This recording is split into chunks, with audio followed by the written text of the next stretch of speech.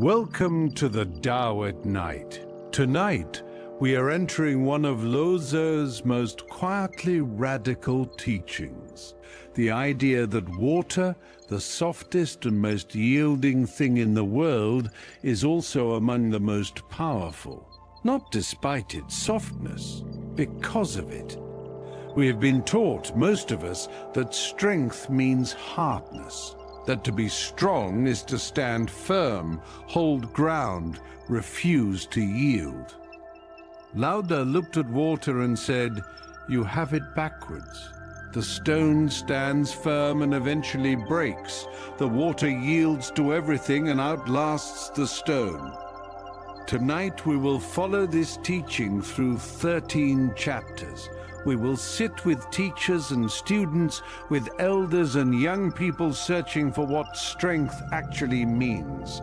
We will move through Sufi poetry and Lakota wisdom, through Stoic philosophy and the wayfinding traditions of the Pacific, through the songlines of Australia and the deep lore of the Norse. And through each tradition, the same truth keeps arriving in different clothes. What yields is not weak. What yields is unstoppable. You do not need to know anything about Taoism to be here tonight. These teachings are for anyone who has ever exhausted themselves trying to be strong enough, and wondered if there was a different kind of strength available to them. So wherever you are right now, let yourself settle in. You do not need to hold anything tightly tonight. There is nothing to brace against. Before we begin, feel free to share what time it is, where you are listening from, and whether you are a front, back, or side sleeper. There are no wrong answers here, only fellow travelers finding their way to rest. Thank you for joining us here at the Tao at Night. Let us begin. Water does not try to be powerful. It does not announce itself. It does not harden its surface or sharpen its edge. It simply moves around, beneath, through, and over time it does what no hammer or blade can do. It carves stone. Lao Tzu opened the Tao Jing, known in the West as the Tao Te Ching, with a paradox. The Tao that can be named is not the eternal Tao. He spent the rest of that text circling the same paradox in different forms, but no image returned more often than water. In the 8th verse he wrote, "The highest good is like water. Water gives life to 10,000 things and does not strive." He did not say water wins. He did not say water conquers. He said water does not strive. And in that not striving, in that yielding to every hollow and every gradient, it shapes the world. We tend to mistake hardness for strength. A hard thing resists. It holds its shape. We admire that. But Lao Tzu noticed something we overlook. Hard things break. The cliff that will not yield to the sea becomes sand. The bone that will not bend becomes the bone that shatters.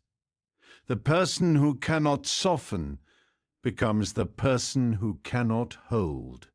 Tonight we ask one question, gently, and let it open across 13 chapters. What if the softest part of you is also the most enduring? There was once a student who had studied the art of the chisel for many years. He was skilled. There was no question of that. The other apprentices in his master's workshop admired his work, the clean lines he cut in granite, the precision with which he split sandstone, the confidence in his arm when he set his tools against a hard surface. When visitors came to the workshop, they would watch him work and nod. But the student had a problem he did not speak of. There was a boulder at the edge of the village, a great dark stone, older than anyone's grandfather, older than the oldest tree on the hillside. It had sat there as long as anyone could remember, and it bore no tool marks. Every mason who had tried to work it had broken tools or given up. The stone was too hard, too dense. The grain was wrong. The student wanted to cut it. Not for any practical reason. He simply could not accept that something existed which his skill could not shape. He tried.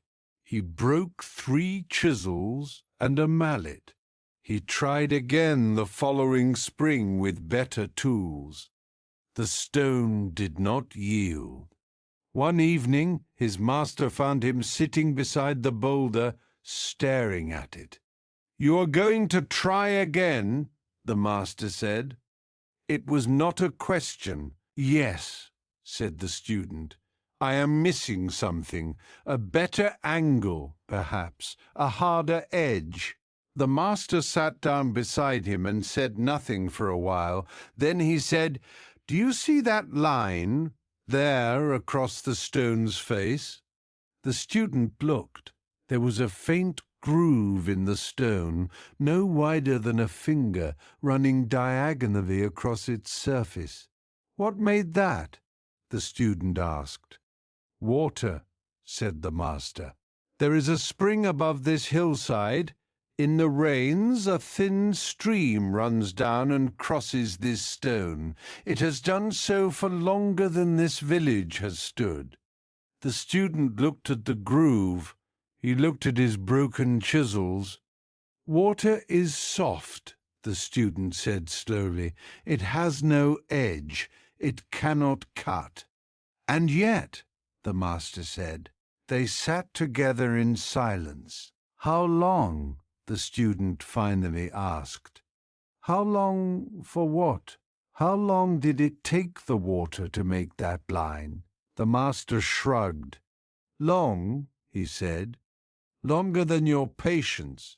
Longer than your arm will last." But the stone did not care how long it took. The water did not either. The student looked at his hands. He was young. He wanted results. He wanted the clean satisfaction of a cut made and a job done, the sound of stone yielding to the will behind a good blade. "But I cannot wait that long," he said. "I would not live to see the stone shaped." "No," said the master, "you would not." He paused. "But the water does not care about being alive to see it. It simply moves. It finds the low place. It runs into the smallest hollow. It asks nothing of the stone except, 'Let me pass.' And the stone, eventually, does." "Then what does that teach me?" the student asked. "Am I to give up? To flow around every obstacle and never cut through?" The master was quiet for a moment. A bird settled somewhere on the hillside and called once and went still. "You are asking the wrong question," the master said at last. "You are not choosing between cutting and flowing. You are asking which kind of strength you want to become." "What do you mean?" "The chisel is strong," the master said. "It cuts quickly. It makes a clean line, but it also breaks. It grows dull. It must be reforged. And when the stone is too hard, as this stone is, the chisel cannot do what it was made to do." He touched the groove in the stone with one finger. "Water has no edge. It cannot cut. It yields to every surface it meets, and over time it does what no chisel can. It does not cut the stone. It becomes part of the stone's shape." the student looked at the groove again. Something in him that had always been impatient, that had always found waiting a kind of failure, sat quietly with this. "The groove is there," he said finally. "Yes," said the master, "even though nothing sharp made it." "Especially because," the master said. The student sat for a long time after the master had gone. He came back the next morning and the morning after and simply watched the thin thread of water that crossed the stone in the early hours after rain. He did not stop working with his chisels. He did not give up his craft. But something in him shifted, the way a door shifts when it is opened from the other side. He stopped thinking of strength as the thing that would not break. He started thinking of it as the thing that kept moving. One morning, late in the season, he came to the boulder and found his master already there. The old man was simply sitting beside it, doing nothing. "Do you come here often?" the student asked. "Sometimes," the master said. "Why?" The master was quiet for a while. "Because it reminds me," he said at last. "Of what?" "Of how much I have wasted." He said this without heaviness, not as self-criticism, but as an observation, the way a farmer might look at a field that was once harder to work and note, simply what it cost before they learned the soil. "I spent many years in this work before I understood that most of my force went where it could do nothing, into the hardest face of hard things, against the grain." He looked at the groove in the stone. "The water never makes that mistake. It cannot. It has no pride about where it goes. It simply goes where it can go, and returns to where it can go again. And in this way it goes everywhere, eventually." The student sat down beside him. "Everything, eventually," the student said. "Everything," the master agreed. "Given enough time and no desire to arrive by a particular route." In Sufi poetry, this same paradox is given a voice in the image of the reed. The great Sufi poet Rumi opened his most celebrated work, the Masnavi, with the cry of a reed flute. The reed has been cut from the reed bed, it has been hollowed, it has been made into something that, from one angle, looks like loss. And it is precisely because of this, because of what was taken from it, because of its emptiness, that music can now pass through it. Rumi's reed is not strong in the way we usually mean. It bends in the wind. It is hollow through and through. It required loss to become what it is. And yet it produces something that stone and iron cannot, a sound that opens the heart.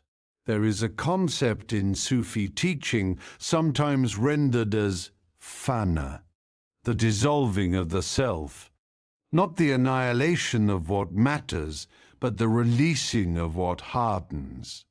The Sufi masters taught that the ego is like granite, rigid, dense, resistant. It cannot be played. It cannot carry music.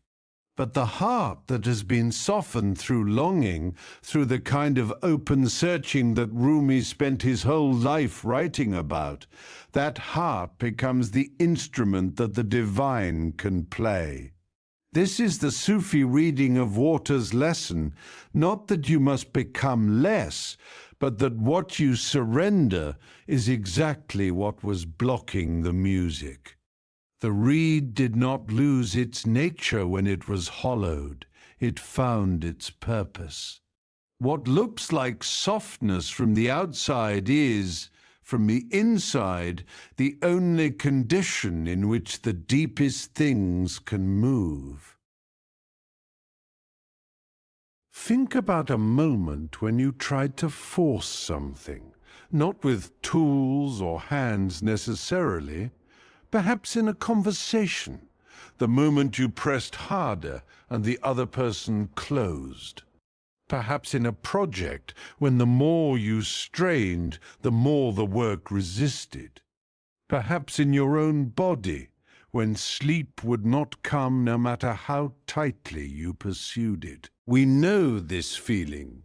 The jaw that tightens, the chest that braces, the mind that narrows into a single point of pressure and pushes and nothing moves. This is what Lao Tzu was pointing at, not a philosophical abstraction, a feeling most of us have had before breakfast on any ordinary morning. The water does not press, it does not brace. When it meets an obstacle, it finds the edge of it, the low point, the gap, the place where the resistance is not absolute, and it goes there. Not because it is clever, because it is soft enough to notice where the opening is. You may have felt this yourself, the strange relief of stopping the push, of letting the stone be what it is, of moving to the side of the obstacle rather than into the face of it, the energy that becomes available when you stop spending it on something that will not yield. Right now, in this breath, you might find one place in your body where you are holding something. Your shoulders, perhaps, your hands, the space between your brows, and you might, just for this moment, just as an experiment, let it not matter whether it yields or not. Simply stay with it, softly, the way water stays with the stone. The groove does not come in a night, but it begins in one. Let us pause here for a moment. Take a breath. Notice how you are feeling right now. Not how you think you should feel, just how you actually feel. And whenever you are ready, we will continue together.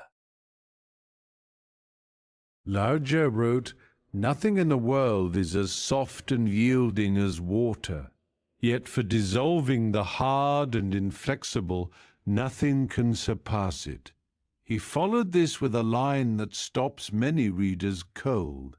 The soft overcomes the hard. The gentle overcomes the rigid. Everyone knows this is true, but few can put it into practice. He was not speaking about philosophy. He was speaking about something we know and then forget every single morning. The way we know that sleep comes when we stop chasing it, and then spend the next sleepless hour chasing it anyway. The way we know that arguing harder rarely opens anyone's mind, and then find ourselves arguing harder the next time we care enough about the outcome. Water's lesson is not hidden. It is not esoteric. Any child who has watched a stream go around a stone understands it on some level. The difficulty is not in the knowing, it is in the doing, in the moment when everything in us rises up and says, "Hold firm, press harder, do not yield." This chapter is about that moment, the moment before we harden.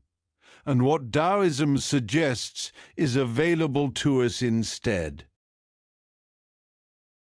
There was once a young man who lived beside a river that ran fast and cold from the mountains. He was proud of his strength. He could carry twice what other men carried. He could work longer, push harder, endure more. The people of his village respected him for this, and he knew it, and he wore his strength the way some men wear a coat, to be seen in, to be recognized by. One spring the river flooded. It was not the worst flood in memory, but it was severe. It took a section of the bank, a storage shed, several young trees. When it receded, the young man went to see the damage. What bothered him was not the destruction. It was a willow. The willow stood at the river's edge. It was not a large tree, not old enough to have much girth, not tall enough to be impressive. During the flood, the young man had watched it bend nearly flat to the water. He had assumed it would break. Every instinct in him said that anything bent so far from its center must snap. The willow had not broken. It stood now, returned to its shape, as though nothing had happened. 30 meters upstream, an oak had fallen. A great old tree, older than the village itself. It had not bent. It had held its ground, and the river had taken it anyway. An elder woman from the village came to stand beside the young man and look at the wreckage. "Strange," the young man said. "The big oak fell, the little willow didn't." "Not strange," the elder said. He looked at her. "The oak knew one thing," she said, "how to be an oak. How to stand, how to not move. It was very good at this." And the willow knew something different, how to be moved and still return to itself. The young man was quiet for a moment. "The willow is not stronger than the oak," he said carefully.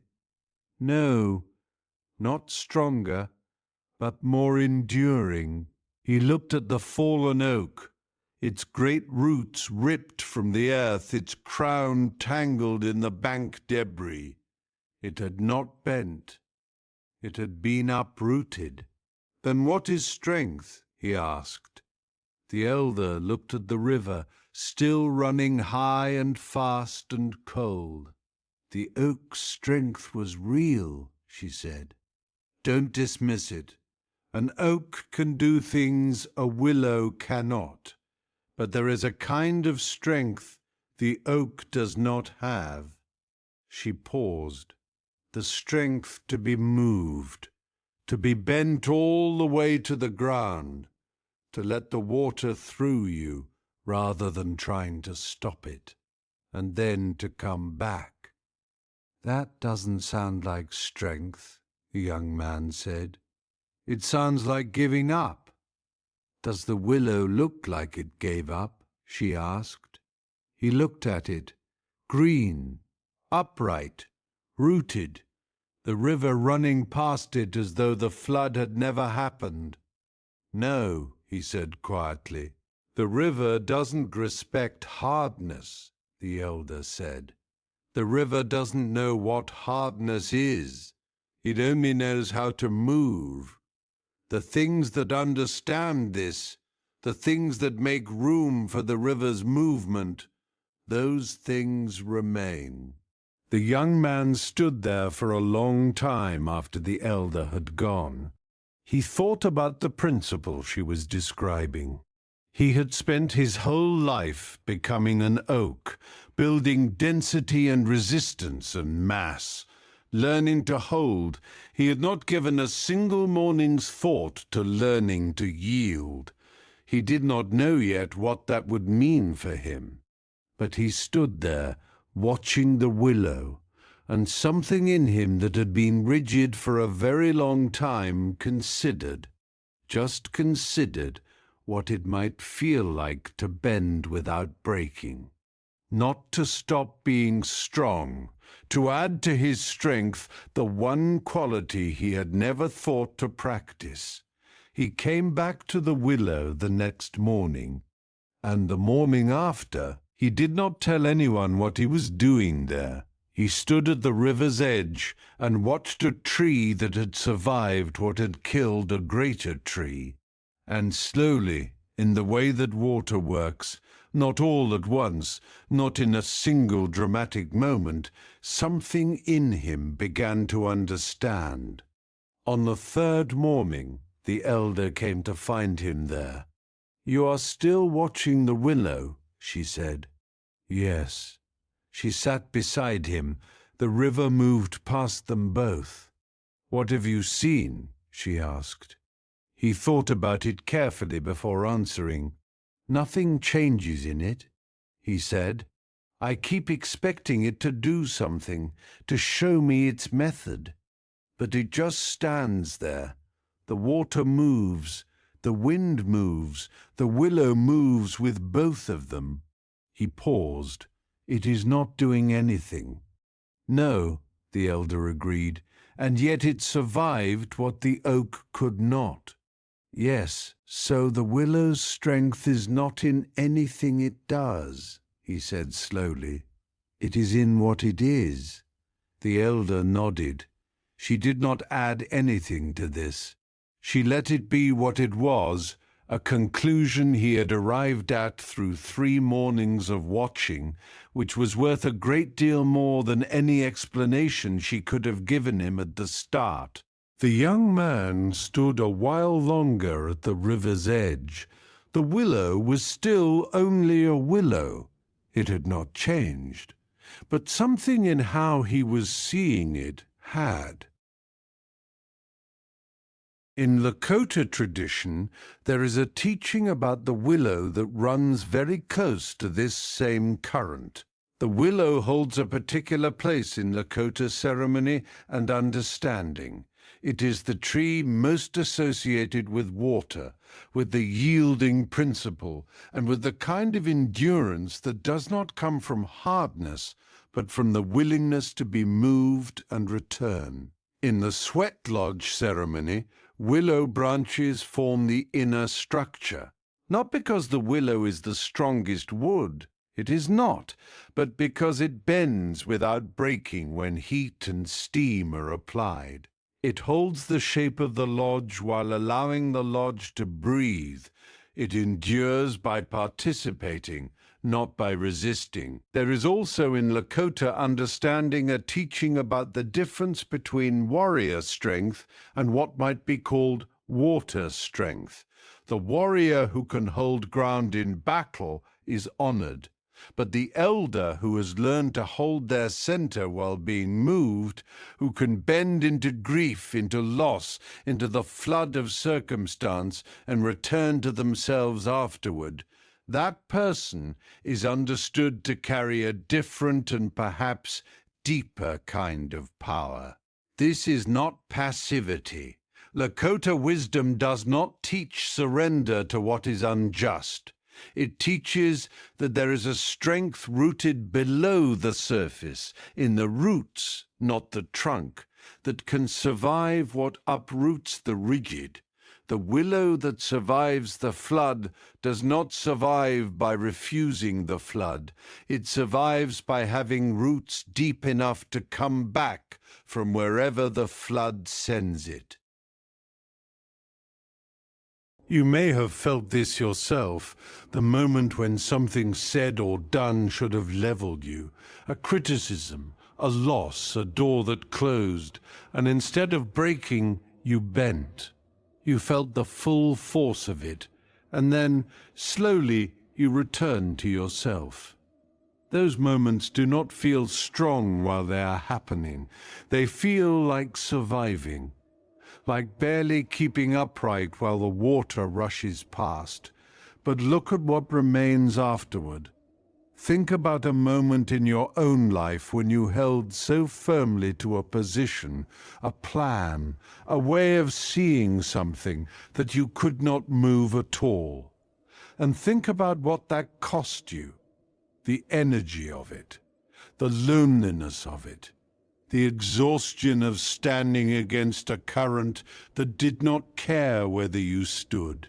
Now think about a moment when you softened, when you let something be what it was, when you said, not in defeat, but with a kind of quiet dignity, "Let the river through." Both of those moments live in you tonight. The willow knows them both. It does not choose one over the other. It simply knows when to bend, and its roots know how to hold while it does. Right now, in this moment, you do not need to decide which you are, the oak or the willow. You do not need to hold anything firmly. The night does not require strength from you.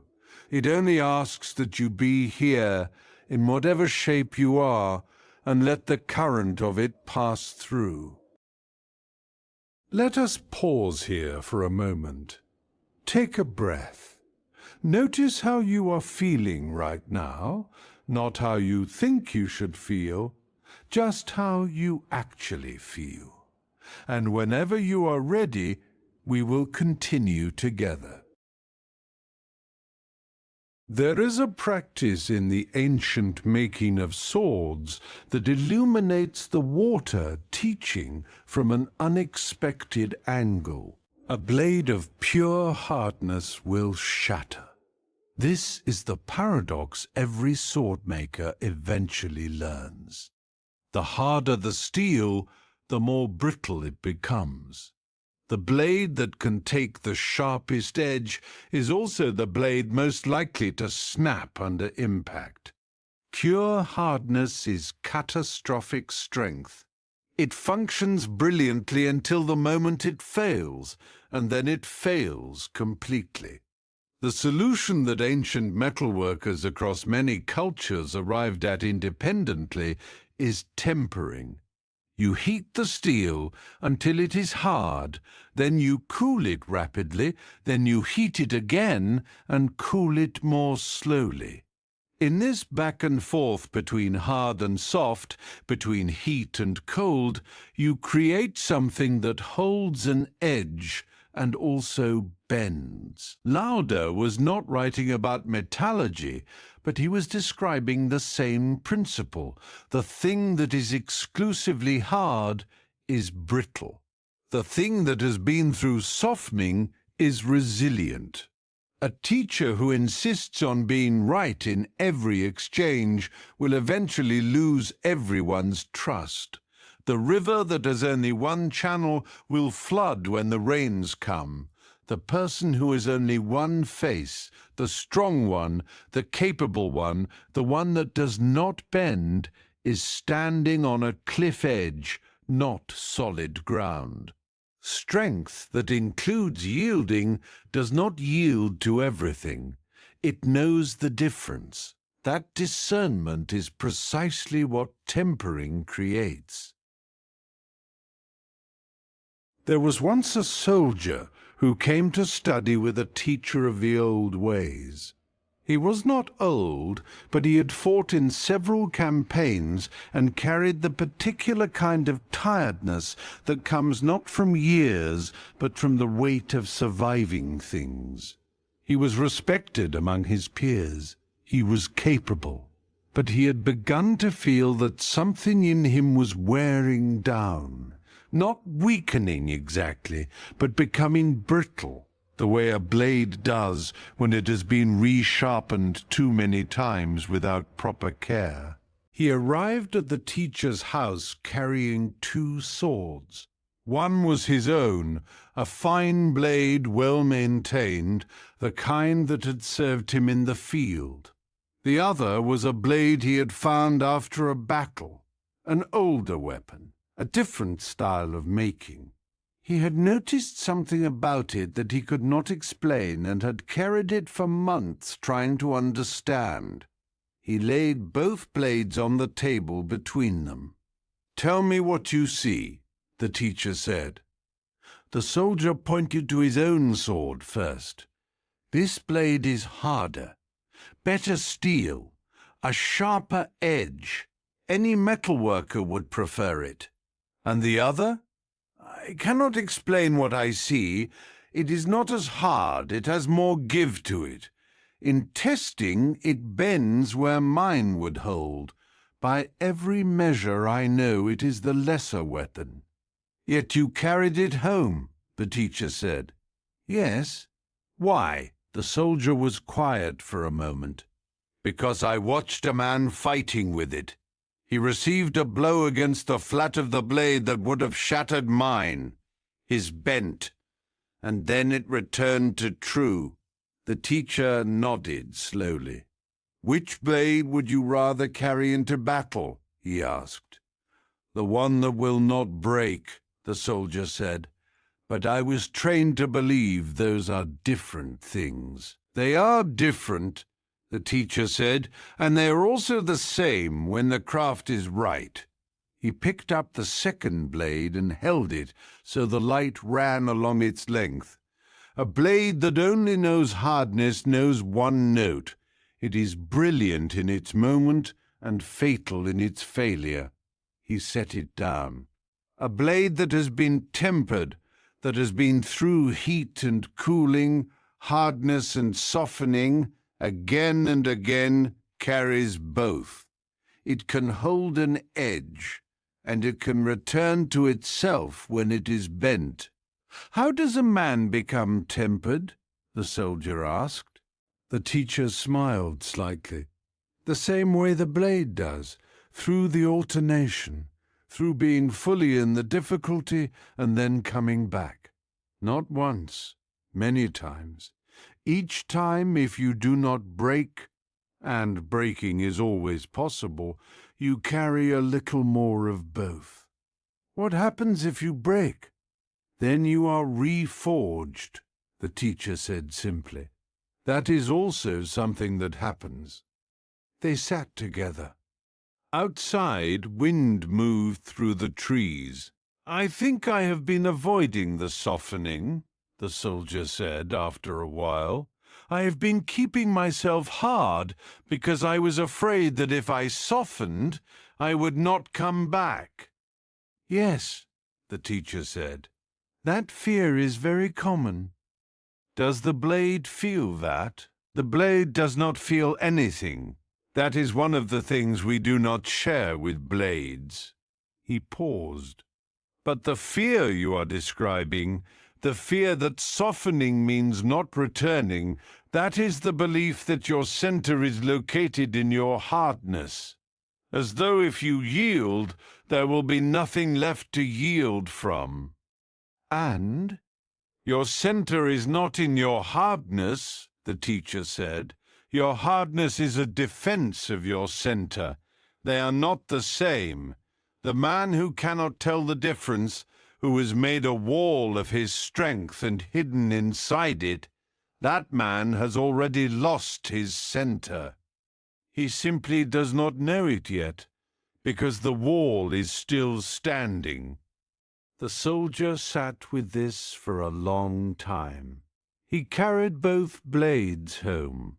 He kept his own for practical purposes. He kept the other one on his wall, where he could see it every morning as a reminder of the question, which kind of blade do you want to become? Not the one that holds the sharpest edge, the one that holds its shape after being bent. A season later, he wrote to the teacher. He asked one more question that had stayed with him. How does a person begin the tempering? How do you choose to enter the heat rather than avoid it? The teacher's reply was brief. He wrote, "The blade does not choose the forge. It simply does not flee when the forge comes." The soldier read this several times. He was not sure he understood it fully, but he kept the letter beside the second blade. And over the years, through the difficulties that came, as difficulties do, without asking permission, he found himself returning to both of them. The blade that bent and returned, the instruction to not flee. He did not become someone who welcomed difficulty. He did not think the teaching asked that of him. He became someone who, when difficulty arrived, sometimes remembered that he had survived the forge before, that he had bent without breaking, that the tempering, brutal as it was while happening, had left him holding something he would not have had otherwise. This was not a small thing. It was, in the end, the only kind of strength he trusted. The Stoics had a word for this quality of inner resilience: eustathia, inner steadiness, the capacity to remain centered through changing conditions. It is easy to read Stoic philosophy as a teaching of hardness, of enduring suffering with a clenched jaw, of suppressing feeling in the name of reason. This is a misreading. Marcus Aurelius, writing in his private journal, The Meditations, was not describing a man who felt nothing. He was describing a man learning day by day to let things move through him without losing his footing. His journal is full of reminders to himself, notes he clearly needed to write because he had struggled that day. Do not be disturbed by what disturbs you. Return again to the long view. These are not the notes of a man who found equanimity natural.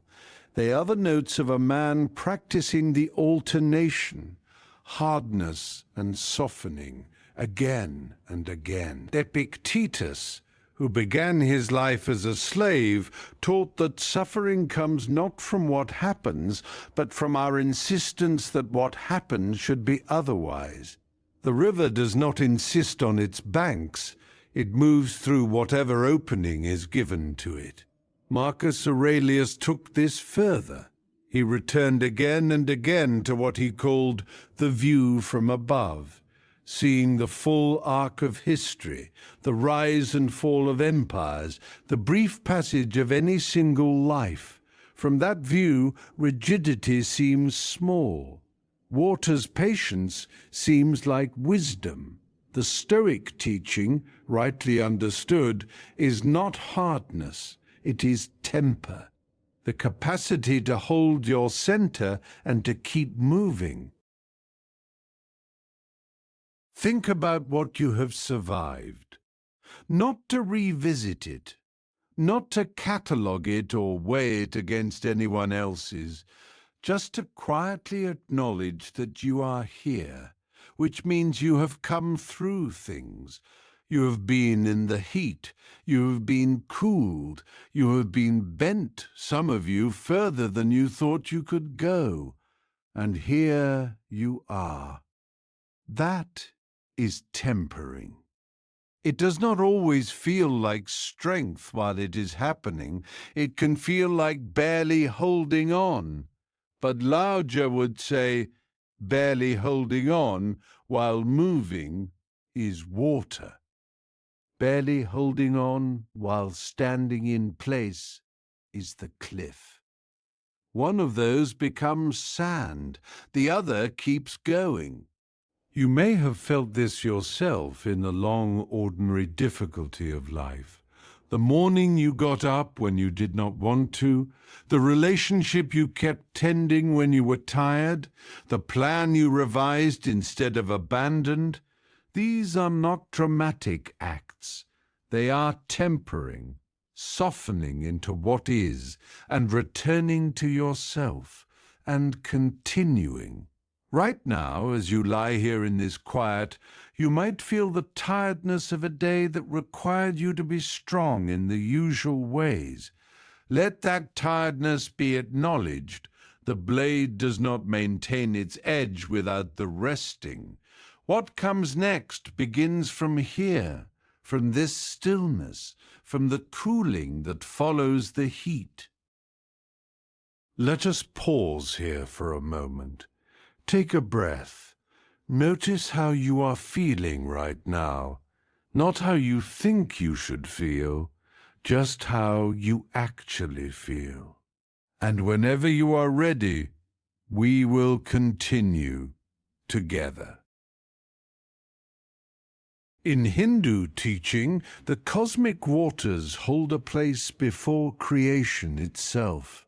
The Rig Veda, one of the oldest surviving texts of any civilization, opens with an image of primordial waters, formless, dark, undifferentiated. out of which all that is arose.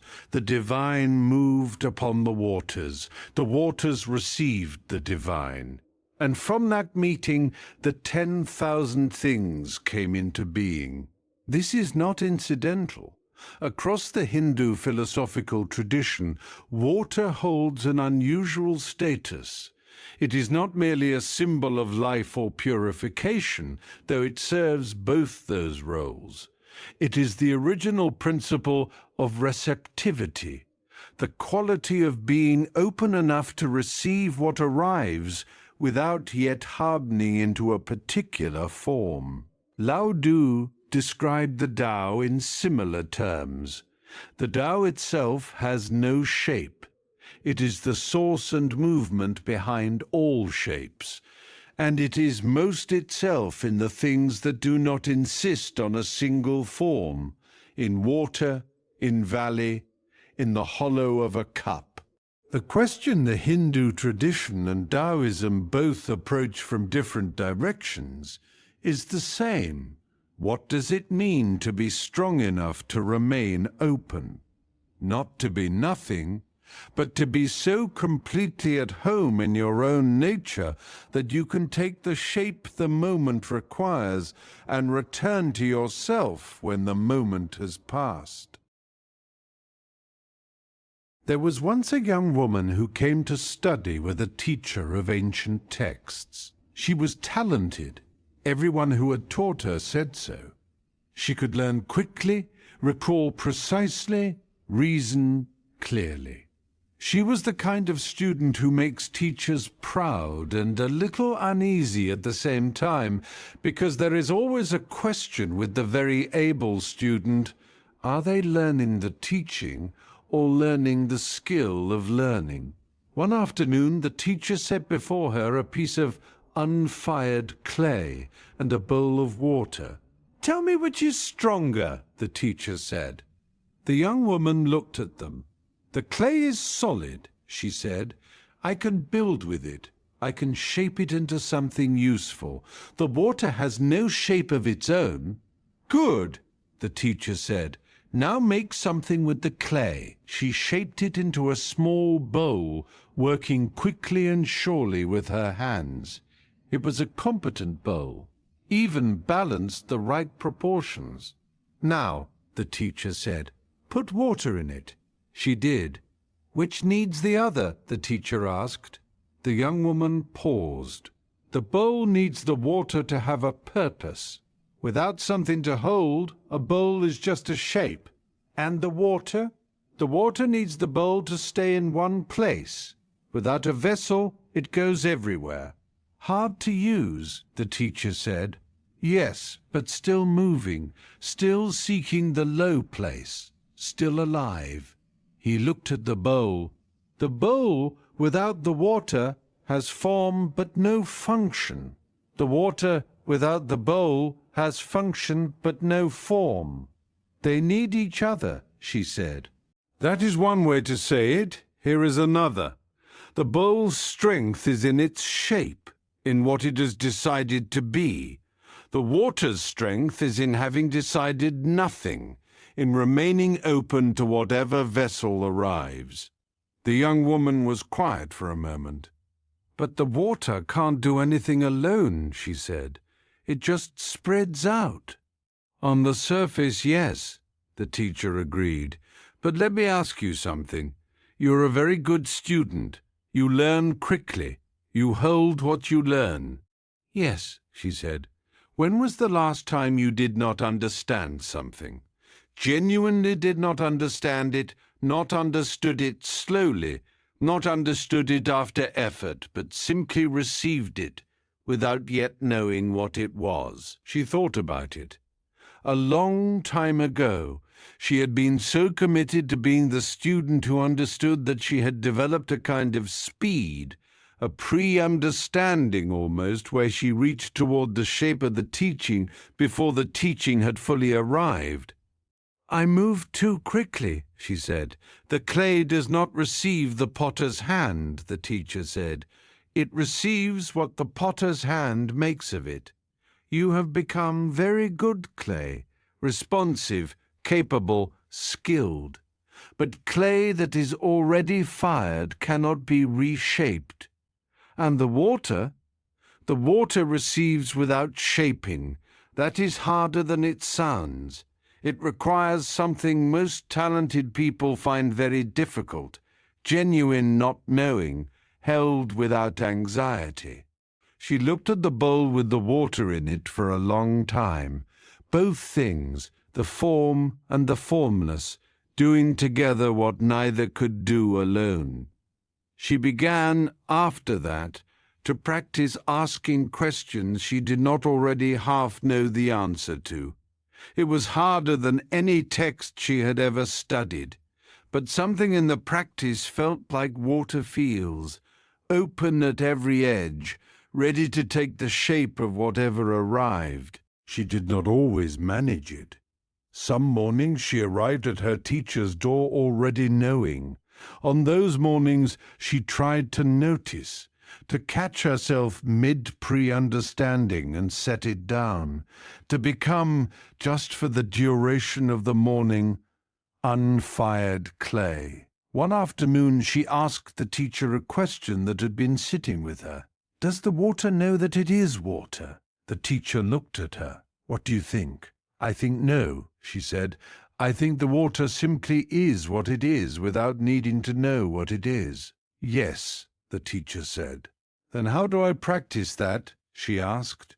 "How do I become something that simply is, without needing to know what it is?" The teacher was quiet for a moment. "You do not practice being water," he said at last. "You notice when you are being fired clay, when you have already decided the shape, when you are filling before anything has arrived to fill you." He paused. "That noticing, without immediately trying to correct it, that is the beginning of the practice." She found this less satisfying than she had hoped. She had been looking for a technique, a method, a sequence of steps. The teacher had given her only a quality of attention. But quality of attention, she eventually understood, was the whole thing. In Hindu philosophy, the principle of open receptivity is associated with what is called Shakti, the dynamic, flowing, receiving force of existence. Shakti is often translated as power, but the power it describes is not force. It is the power of water, the capacity to receive fully, to be moved completely, and to remain entirely yourself in the movement. It is the power of the ocean to receive every river without becoming any one of them. The power of the valley to catch the morning mist. The power of the deep to hold without grasping. In the Devi Mahatmyam, one of the central texts of the Shakti traditions, the goddess is described as both destroyer and mother. She is not these things in spite of each other. She can be the river that carves stone because she is also the river that nourishes the valley. The capacity for one comes from the fullness of the other. Lao Tzu used the image of the feminine in the Tao Te Ching to point at this same dual nature. The valley spirit, he wrote, never dies. It is called the mysterious female. Its gateway is the root of heaven and earth. Dimly visible, it seems as if it were there, yet use will never drain it. The valley does not force anything, it receives. And precisely because it receives completely, it is inexhaustible. Think about the last time you genuinely did not know something. Not the polite social not knowing where you nod and wait for an opening. Not the strategic not knowing of someone deciding when to reveal what they already think, but the actual experience of holding a question without an answer, of staying with it the way water stays on a surface before it finds where to run. Most of us have been trained away from this. In school, not knowing was a problem to be solved as quickly as possible. In work, not knowing can feel like vulnerability. In relationships, not knowing about what someone means, about where things stand, about what we want, is deeply uncomfortable. But there is something that becomes available in genuine not knowing that is unavailable anywhere else. The thing that arrives when you are not already deciding what shape it should take.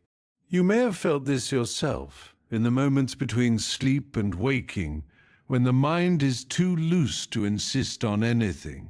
When an answer that had been unavailable simply surfaces, not because you pushed harder, but because you stopped pushing entirely.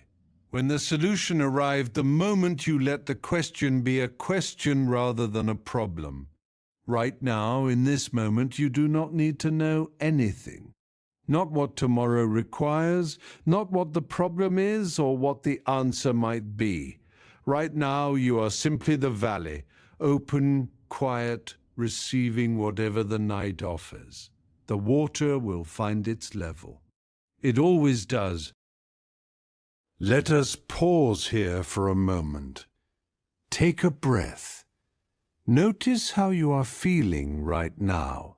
Not how you think you should feel, just how you actually feel. And whenever you are ready, we will continue together. Lao Tzu observed that water always seeks the low place. It does not go up. It does not try to rise above other things. It moves, always, reliably, without exception, toward what is below. This seems obvious. It is the nature of water. And yet Lao Tzu presented it not as a physical fact, but as a teaching about wisdom. In the Tao Te Ching, he wrote that the sage is like water, benefiting all things without contention, and dwelling in the low places that others disdain. The low place. He returned to this image again and again. The valley, the hollow, the bottom. We tend to organize our ambitions in the other direction. We want to rise. We want to be seen. We measure success by how high we have climbed. Lao Tzu said, "Look at what actually nourishes. Look at where the water goes. Look at what is fed by the low place, the roots of everything, the seeds, the underground rivers that feed springs no one knows the source of. The valley is the most nourished place in the landscape, precisely because it receives what everything above it gives away. There is a kind of strength in being the low place, in being the one who listens when others speak, in being the ground that receives what others release. It is not weakness. It is the principle by which everything else is fed." There was once a monk who could not meditate. He was not new to practice. He had been at the monastery for many years. He had sat through cold mornings and hot afternoons, and the particular restlessness that comes in the middle years when the novelty of practice has worn off and the deep rewards have not yet arrived. He had endured. He had continued. But something kept failing him. He could not find stillness. Not the temporary stillness that arrives for a moment and then dissolves, that he had found, but the thing the older monks seemed to carry with them through the day, a quiet centre that moved with them, remained with them through difficulty, and did not require any particular condition to survive. He went to his teacher. "I fight my mind," he said, "every morning. Every sitting, something arises, a thought, a sound, a sensation, and I rise to meet it. I resist it. I push it away. Sometimes I win, but winning is exhausting and I cannot maintain it. His teacher looked at him for a moment. Then she stood and led him to the garden. There was a pond at the center of the garden. It was very still that morning. "What do you see?" she asked. "Water," he said. "Still water." "Is it fighting the air above it?" He looked at it. "No." "Is it resisting the leaves that fall on it?" He watched a leaf drift down and settle on the surface. The pond received it. The surface moved briefly in spreading rings, and then became still again. "No," he said. "Is it trying to be still?" He paused. This was the question. "It is just still," he said. "Yes," the teacher said, "because it is not doing anything about the things that arrive, it receives them. The leaf lands, the ring spreads, and the pond returns to its nature, not because it fought the ring, because it never fought anything. But I have thoughts," the monk said, "not leaves. Thoughts that grip and pull and demand attention." "Yes," she said, "so does the wind. Watch." A gust crossed the garden. The surface of the pond broke into 100 small ripples, chaotic and overlapping. "And now?" the teacher asked. "The surface is disturbed." "Is the pond disturbed?" He looked. The ripples were real. The disruption was complete across the entire surface. But the pond was what? Still the pond.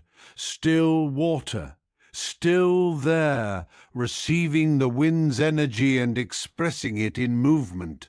"The wind moves through it," the monk said slowly, "but the pond doesn't go anywhere." "No," the teacher said, "the low place receives everything. That is precisely why it can. It does not rise to meet the wind. It does not resist the wind. It becomes the shape of the wind's passing. And when the wind is gone, the gust faded, the ripples slowed, the surface smoothed. It returns," the monk finished. "Yes." He sat down at the edge of the pond. He stayed there for a long time, not meditating, not yet, just watching the pond do what it did naturally. Receive, respond, return. Receive, respond, return. He came back the next morning and sat there again. "You are not fighting today," his teacher said when she found him. "No," he said, "I am trying to be the pond." "Don't try," she said gently. "Just be the low place." It took a long time. These things always do. But gradually, not in a single revelation, but in the slow way that water shapes stone, his practice began to change. He did not silence his mind. He became the surface that his mind's ripples passed across. And slowly, the distinction between the ripple and the quiet beneath it became something he could feel from the inside. He never became someone for whom it was easy, but he became someone for whom it was possible. And in the language of the low place, possible is enough. Years later, a younger monk came to him with the same complaint. "I fight my mind, and fighting exhausts me." He took the younger monk to the same garden, to the same pond. "Watch it," he said, "not looking for anything.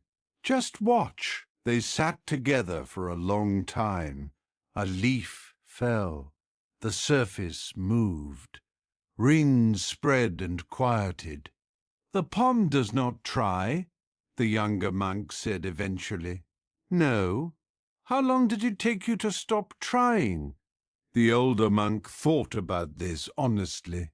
"I don't know," he said. "I'm still learning to stop, but the trying grows quieter.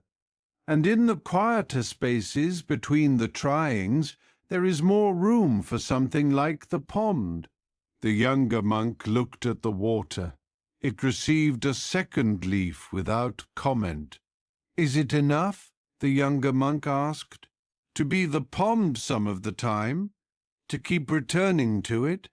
The water doesn't ask whether its stillness is enough," the older monk said gently. "It simply returns to stillness when the wind stops. That is the whole practice." Buddhist teaching holds the concept of sunyata, emptiness or openness, as one of its central insights. This is often misunderstood. Emptiness in the Buddhist sense does not mean nothingness. It means open, not filled in advance with a fixed identity that must be defended. The pond is not empty, it is full of water. But it is open, it does not insist on a particular surface or a particular shape. It receives whatever arrives and returns to itself. The Dhammapada, the collected teachings attributed to the Buddha, offers a parallel to Lao Tzu's water. The one who has quieted the mind is like a still lake, calm at the center, clear to the bottom, disturbed on the surface, and returning to itself.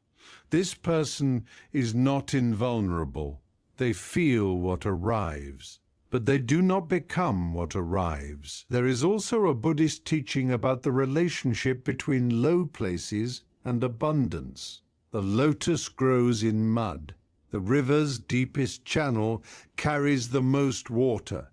The valley feeds the most life. Humility, not self-deprecation, but genuine openness to receiving, is understood in Buddhist practice not as a virtue in the social sense, but as a structural feature of wisdom. The open vessel receives, the full vessel spills. Lao Tzu and the Buddha were contemporaries, give or take a generation. They did not know each other, but they were both watching water, and they were both pointing at the same quality in the low place, its inexhaustible capacity to receive. Think about a moment when you stopped fighting something inside yourself, not because you gave up, but because you got tired enough or wise enough to simply let it be there without engaging.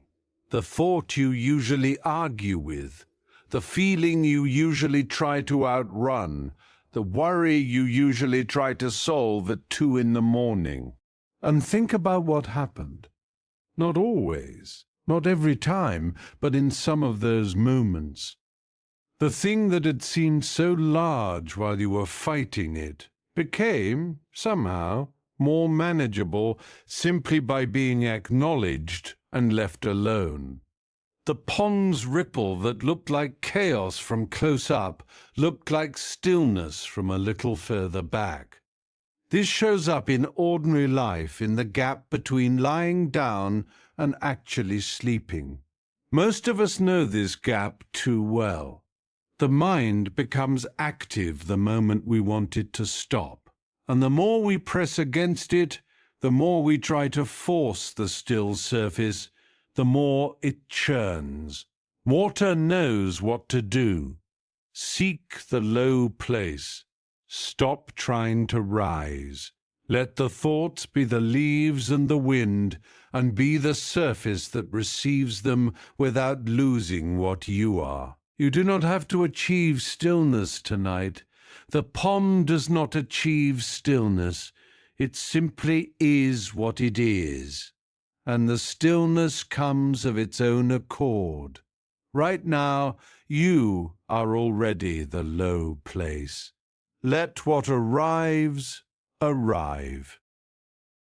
Let us pause here for a moment. Take a breath. Notice how you are feeling right now, Not how you think you should feel, just how you actually feel. And whenever you are ready, we will continue together. There is a principle in the water teaching that is easy to misread as passivity, and that misreading is one of the most common responses to Taoism's deeper claims. Lao Tzu was not teaching passivity. Water is not passive. A river moving through stone is doing enormous work. A wave carries enormous force. A flood is one of the most powerful events in the natural world. The question is not whether water is passive. It clearly is not. The question is, what is the source of water's force? It is not rigidity.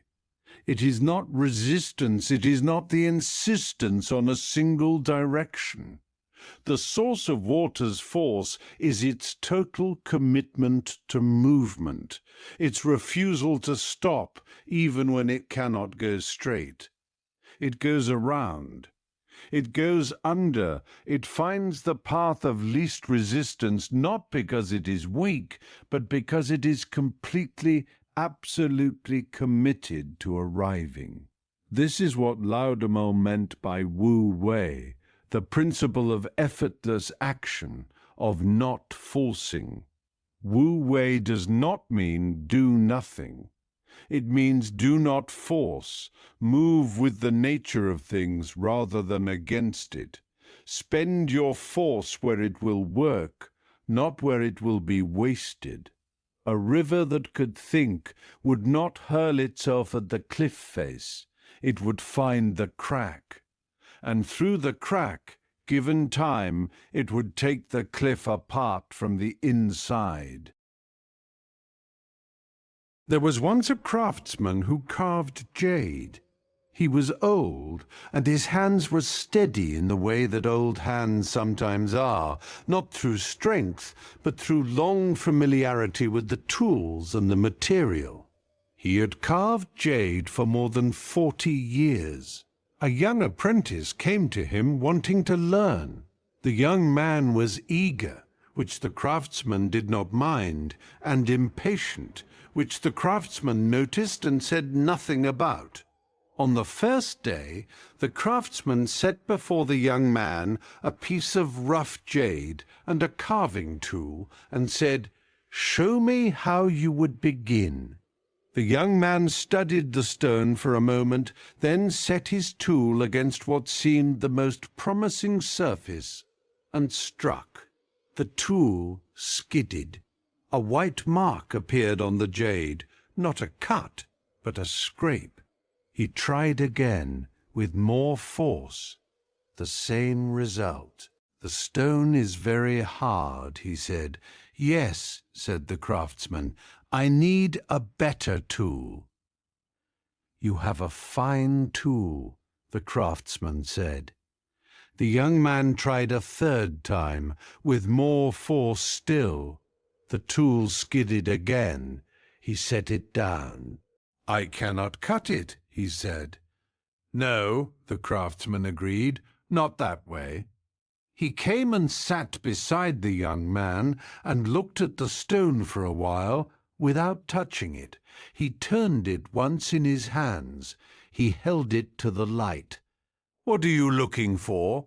the young man asked. "The grain," said the craftsman. "What grain?" "Jade is stone. It doesn't have a grain like wood."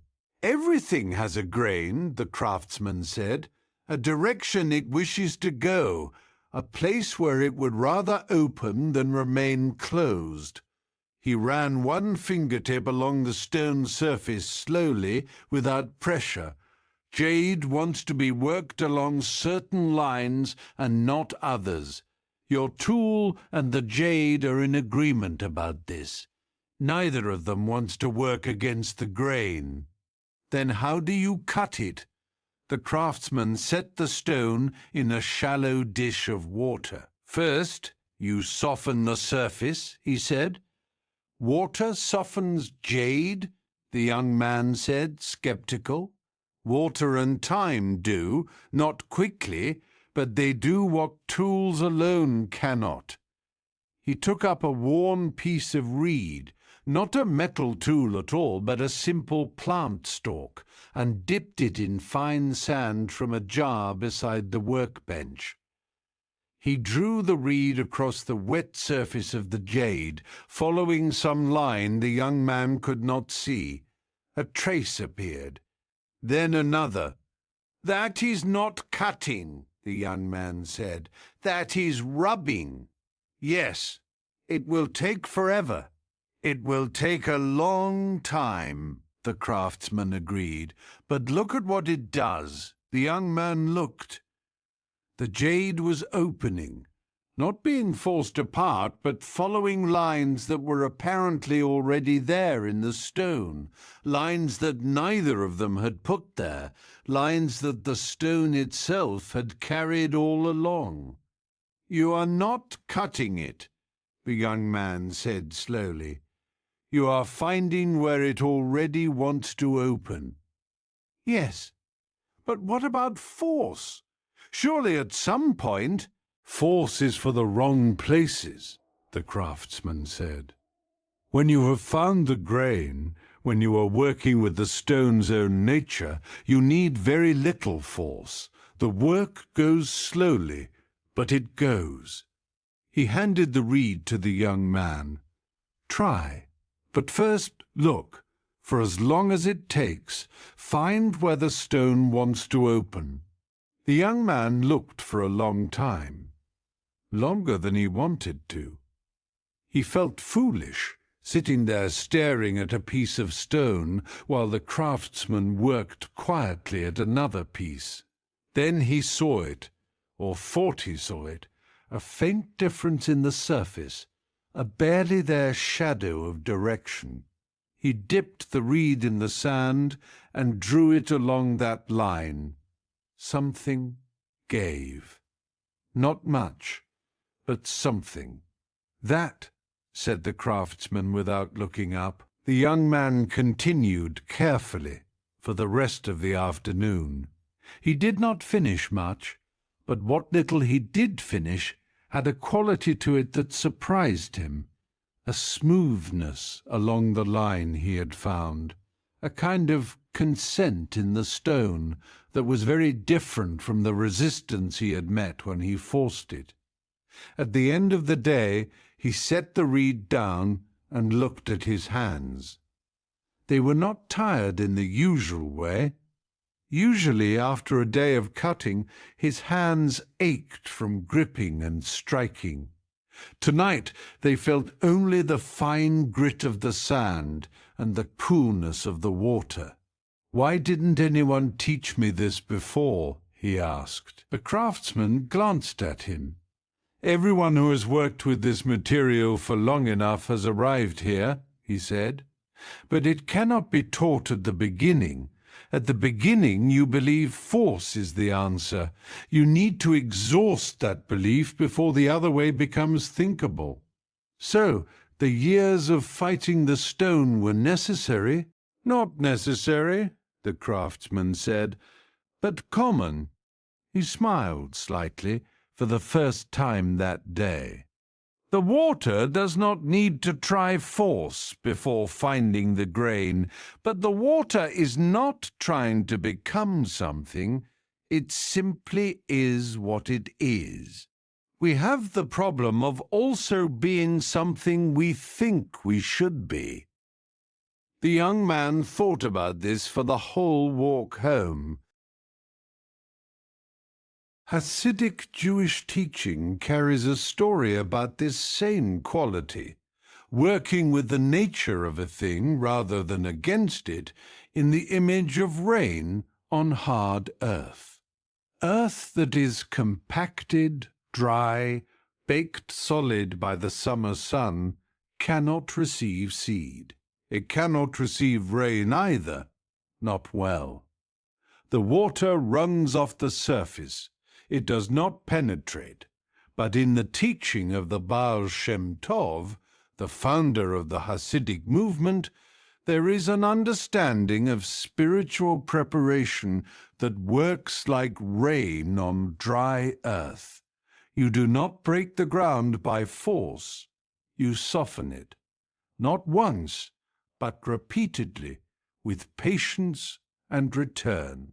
The same text, the same prayer, the same practice, not because the first dozen visits accomplished nothing, but because they were the wetting, the preparation, that made the 13th time suddenly penetrate. This is the Hasidic understanding of study and prayer.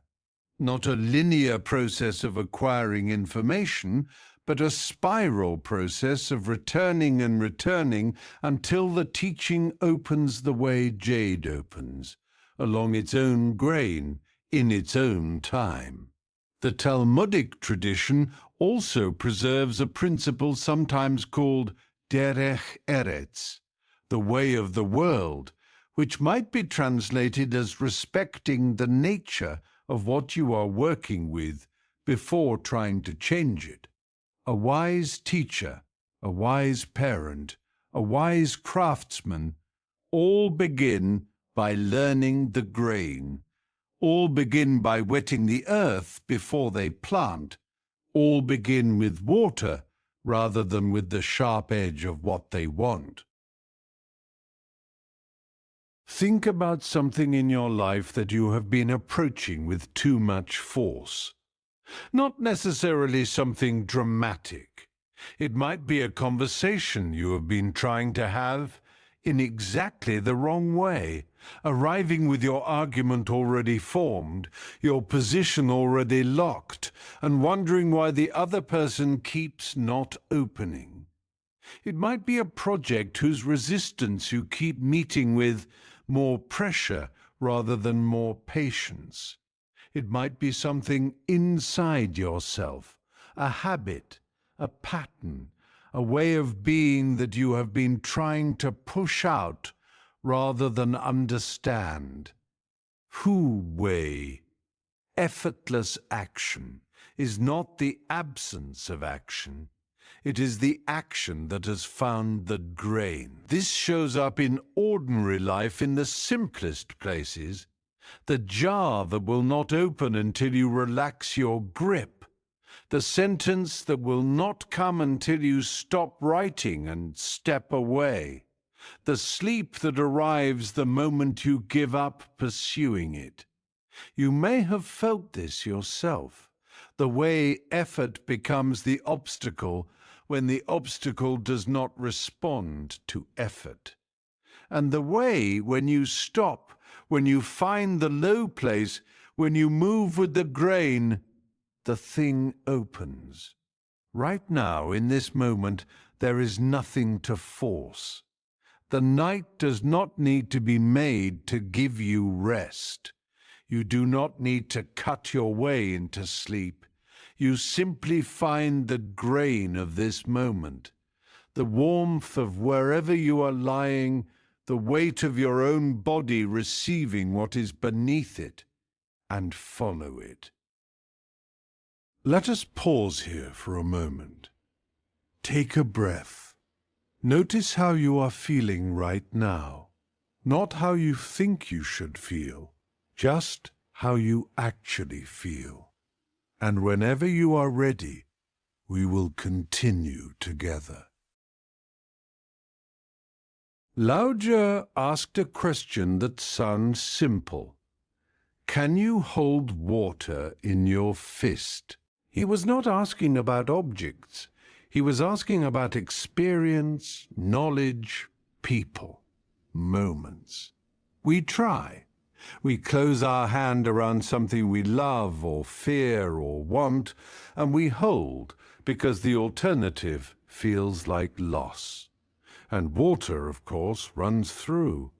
This is one of the stranger gifts of the water teaching. It asks us to notice that holding is not the same as having. The river holds nothing.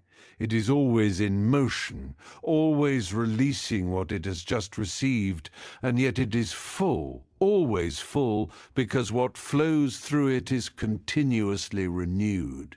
The fist that holds water has a palm full of effort and a diminishing pool. Lao Tzu was pointing at something present in the deepest experience of most human lives.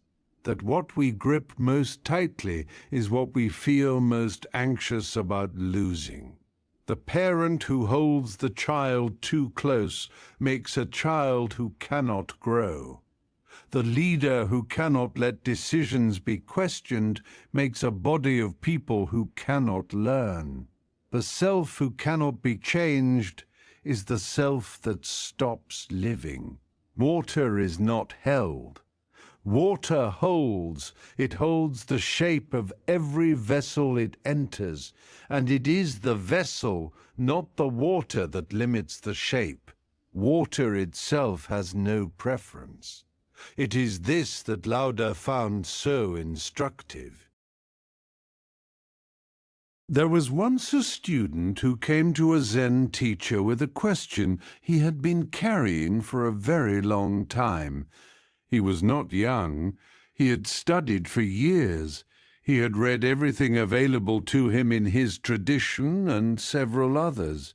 He had sat in meditation more hours than he could count. He was, by any ordinary measure, an advanced student. But he was troubled. "I have understood many things," he told the teacher. "I believe I understand the nature of impermanence. I believe I understand the teaching that the self is not fixed. I believe I understand them all." He paused. "And none of it helps." The teacher looked at him for a long moment. "Come," she said. She led him to a simple room with nothing in it except 2 cushions, and, on a low table between them, a ceramic bowl and a small pitcher of water. She sat across from him. "Show me how you hold water," she said. He looked at her. Then he cupped his hands, and she poured water from the pitcher into them. He sat very still, his hands cupped. The water pooled in his palms. "What are you doing?" she asked. "Holding it," he said, "as you asked. For how long can you hold it?" "A while," he said, "if I stay very still. And if you move, it will spill." "So to hold it," she said, "you must not move." "Yes."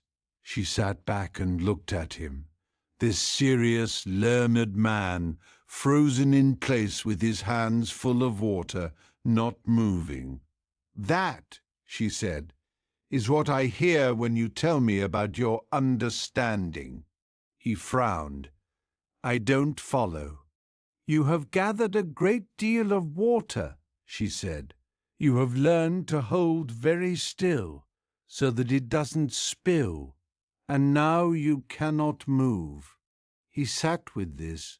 "But I understand these teachings," he said. "I am not making this up. The understanding is real." "Yes," she said, "the water is real. I poured it myself.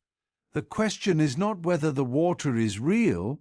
The question is what you are doing with it." He was quiet for a long time. His hands ached slightly from the effort of stillness. "What should I do with it?" he asked finally.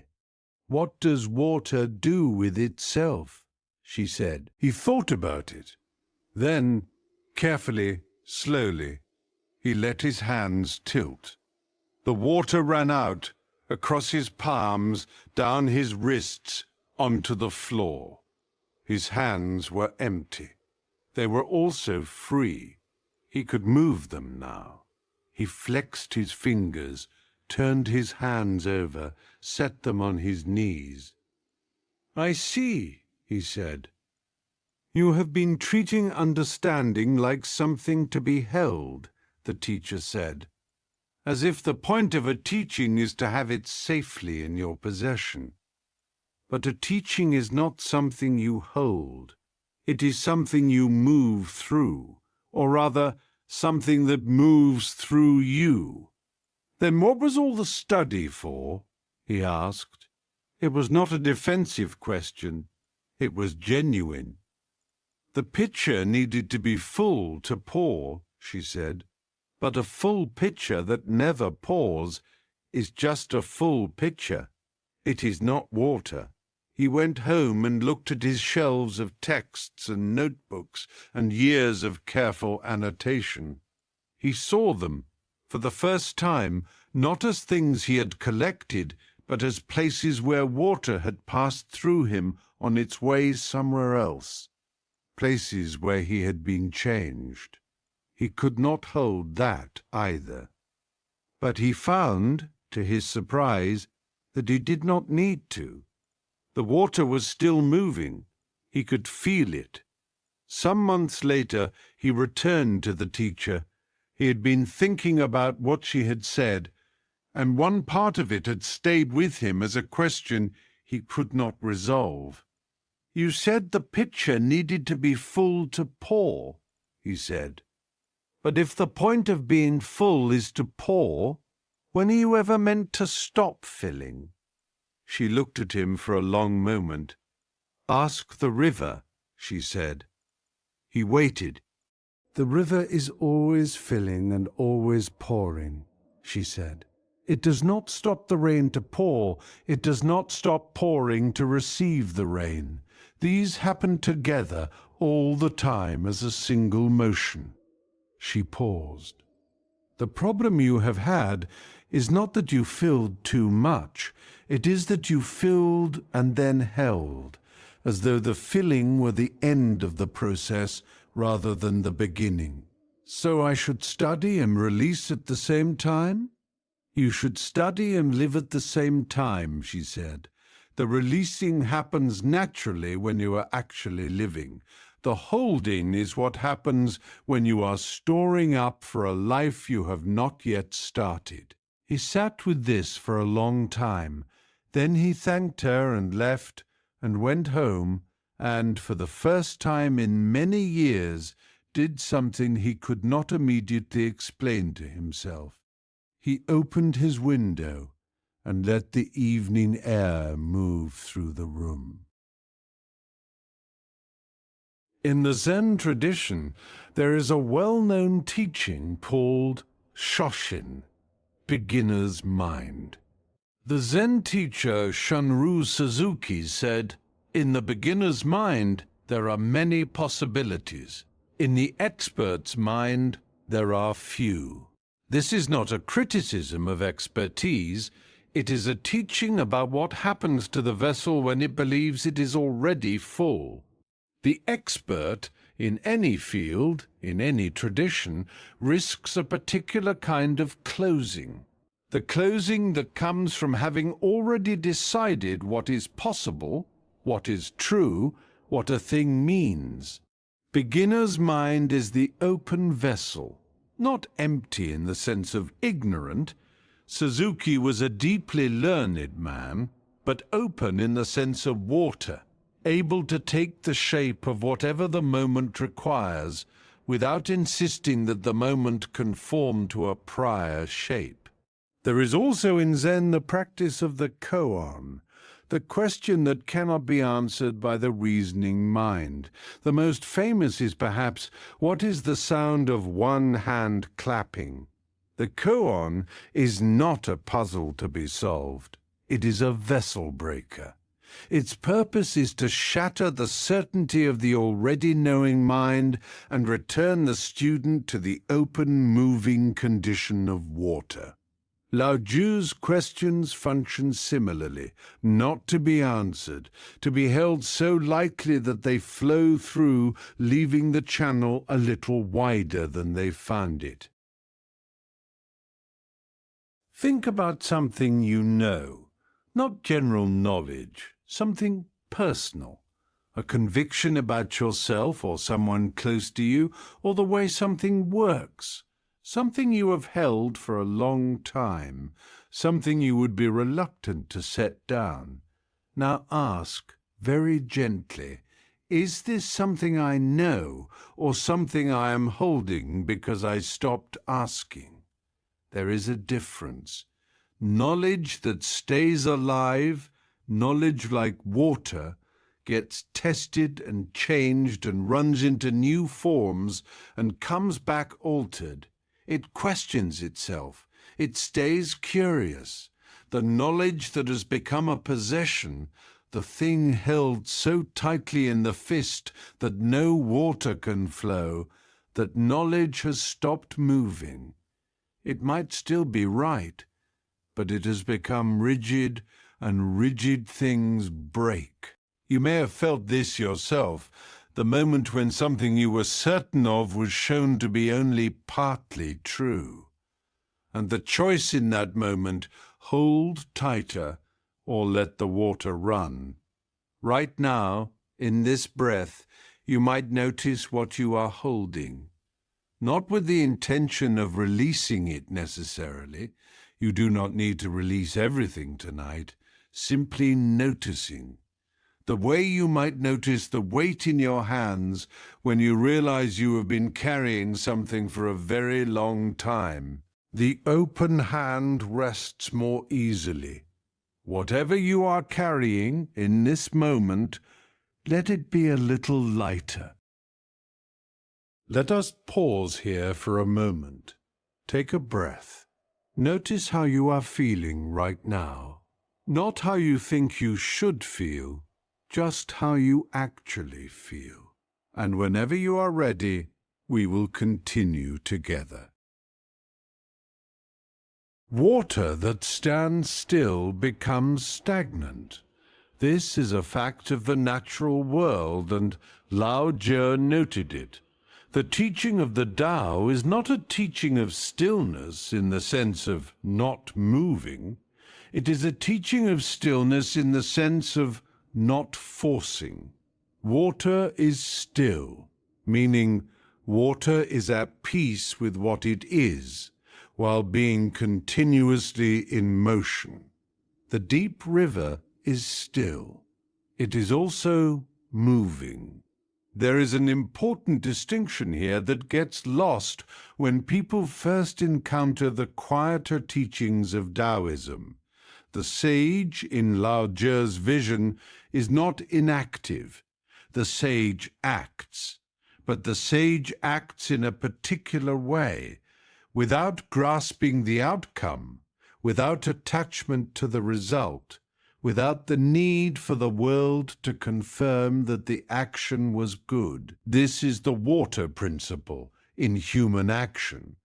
The river does not celebrate the valley it carves.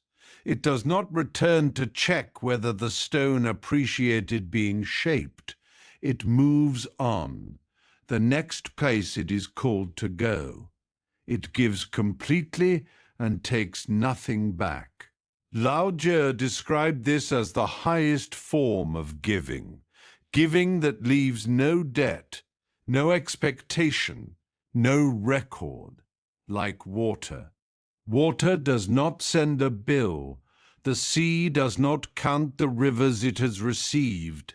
The rain does not remember what it watered. And this forgetting, or rather this not having held in the first place, is part of what makes water inexhaustible. There was once a woman who lived at the edge of a bay. She had lived there her whole life, as had her parents and grandparents before her. She knew the tides, their rhythms, their moods, the way they changed across the seasons. She had learned through long experience to read the sea and weather together, the way a practiced reader reads a face. Not each feature in isolation, but the whole expression at once. People came to her for counsel, not because she had sought to become an advisor, she had not, but because she was there and she listened, and her answers tended to be good ones. This had been true for so long that it had become unremarkable. Fishermen consulted her before long voyages. Young people came with difficulties she had not herself faced. Even the village elder, older than her and more formally respected, had been known to sit with her in silence. One autumn, a young man came to her who was not from the village. He had been traveling and studying for several years, looking for someone who had understood the teachings of the Tao Te Ching in a practical way rather than a textual one. He had heard of this woman from a traveler passing through. He found her sitting at the shore in the early morning, watching the tide. He introduced himself. He explained his studies. He asked if she would speak with him about the Tao. She looked at him. "What would you like to know?" she asked. He had prepared a list of questions. He began with the first. What does it mean to act without acting? She was quiet for a while. The tide moved. A bird crossed the pale sky. "Do you see how the tide moves?" she said finally. "Yes." "Does it try?" "No," he said. "It follows the pull of the moon." "Yes." She looked at the water. "I have been watching this tide for 60 years. I have never seen it uncertain. I have never seen it resist what it is called to do. I have never seen it stay in the bay when the pull says out, or stay out when the pull says in." "Because it cannot," the young man said. "Cannot," she agreed. "And what looks from the outside like power, this force that lifts boats and moves sand and reshapes the coast, is not something the tide is doing to the world. It is something the tide simply is, in response to what calls it." "That sounds like fate," the young man said, "or like having no choice." She smiled. "Does the tide look unfree to you?" He looked at the bay. The water moved with a completeness and confidence that was, he searched for the word, not like compulsion, not like something driven against its will. "No," he said slowly, "it doesn't. The tide is completely itself," she said. "It is never anything other than what it is. It does not borrow energy. It does not worry about the next tide. It simply moves when called and rests when called, and is the tide the whole time." "And a person can live like this?" "Some do," she said. "Not by trying to be tidal, by knowing themselves so thoroughly that when they are called, they have nothing else to be." He sat with her for the rest of that morning. He had other questions on his list. He never asked them. He went away and did not come back. She did not think about whether he had found what he was looking for. She continued watching the tide. This was not indifference. This was water. One thing she had noticed over many years of people arriving with their questions and leaving with whatever they left with, the ones who came looking for an answer rarely found one. The ones who came simply because they had heard of her and arrived without a clear agenda often left saying something had settled in them.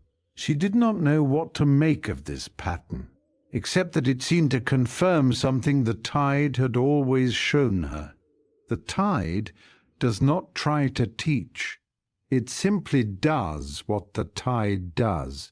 And sometimes, standing beside something that simply does what it does, something in a person relaxes, learns by proximity, not by explanation. She had never set out to be a teacher. She was simply a woman at the edge of a bay who had watched the same water for 6 decades and had, in that watching, become the kind of person that other people traveled to find. Perhaps, she thought sometimes, that was the teaching, not anything she said. The fact that you could become, through long attention to what is, someone the world brings its questions to. The tide turned. She turned with it, as she always did, and went inside. Celtic wisdom holds water as one of the primary sacred elements, and more specifically, the liminal water, the place where two bodies of water meet, the estuary, the shoreline, the place where river meets sea.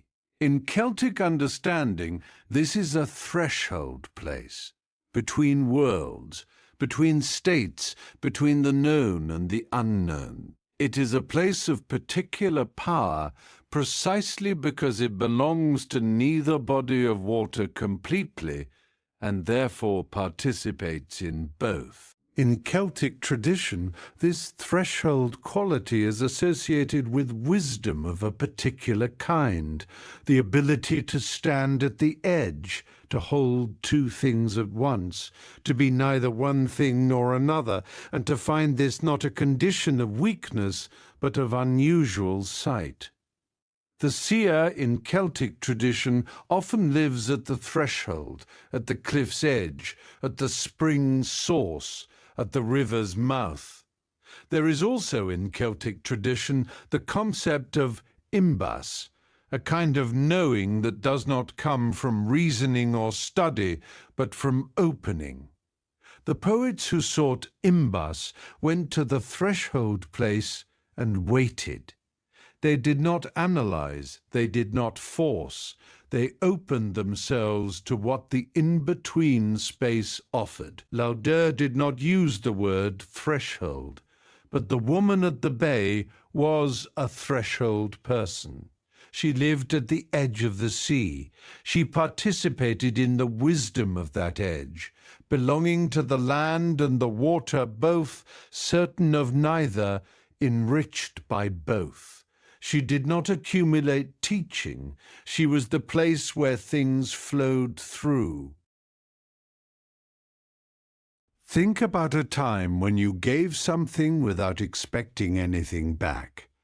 Not a grand sacrifice, a smaller thing, a moment when you listened to someone fully, not strategically, when you helped without tracking whether it would be remembered, when you offered something, time, attention, a small kindness, and then let it go entirely. That is the water principle in action. Not because the giving was important to the person who received it, though perhaps it was, but because of what happened in you when you gave without holding. The lightness of it, the completeness of it, the way the action was simply itself and then was over. We often want our giving to mean something, to be recognized, to count somewhere. And this is human. It is not wrong. But Lao Tzu noticed that the most complete actions are the ones that carry no debt. The rain does not ask the field to acknowledge it. The tide does not need the bay to record its service. This shows up in ordinary life in the difference between two kinds of tiredness. The tiredness of having given from a place that was already full. The first kind leaves a shortage. The second kind leaves a particular quiet satisfaction, the feeling of the tide that has done what it was called to do and rests now without keeping score. Right now, in this moment, you have nothing to give and nothing to receive. You are simply here. And being here simply, without agenda, this too is a form of water. Let us pause here for a moment. Take a breath. Notice how you are feeling right now. Not how you think you should feel, just how you actually feel. And whenever you are ready, we will continue together. Lao Tzu wrote, "The way of heaven benefits and does not harm. The way of the sage acts and does not contend." Does not contend. This phrase carries a great deal. To contend is to pit yourself against something, to make of the other thing an opponent and of yourself a combatant. Water, Lao Tzu observed, does not contend. It does not argue with the stone. It does not try to shame the cliff. It moves through, around, beneath. And in doing so, it reshapes the world more thoroughly than any combatant ever could. There is a form of strength that insists on its rightness, that needs to win in order to have been right. And there is another form that is simply concerned with movement, with arriving, with nourishing, with doing what it came to do. The first form is brittle. The second form is water. We live in a world that rewards contention. The argument won, the position held, the opponent defeated. These feel like strength, and in the short term, they often are. The argument won can carry a meeting. The position held can stabilize things for a season. But Lao Tzu was thinking on a longer time scale, the time scale of rivers and canyons, of rainwater and limestone. On that time scale, contending is almost always the slower way. There was once a weaver who lived in a village where two streams converged. One stream came from the eastern hills. It was narrow and swift, cold and clear, useful mainly for its speed. The other came from the southern marshes. It was broad and slow, warm and brown with mineral sediment, good for dyeing cloth.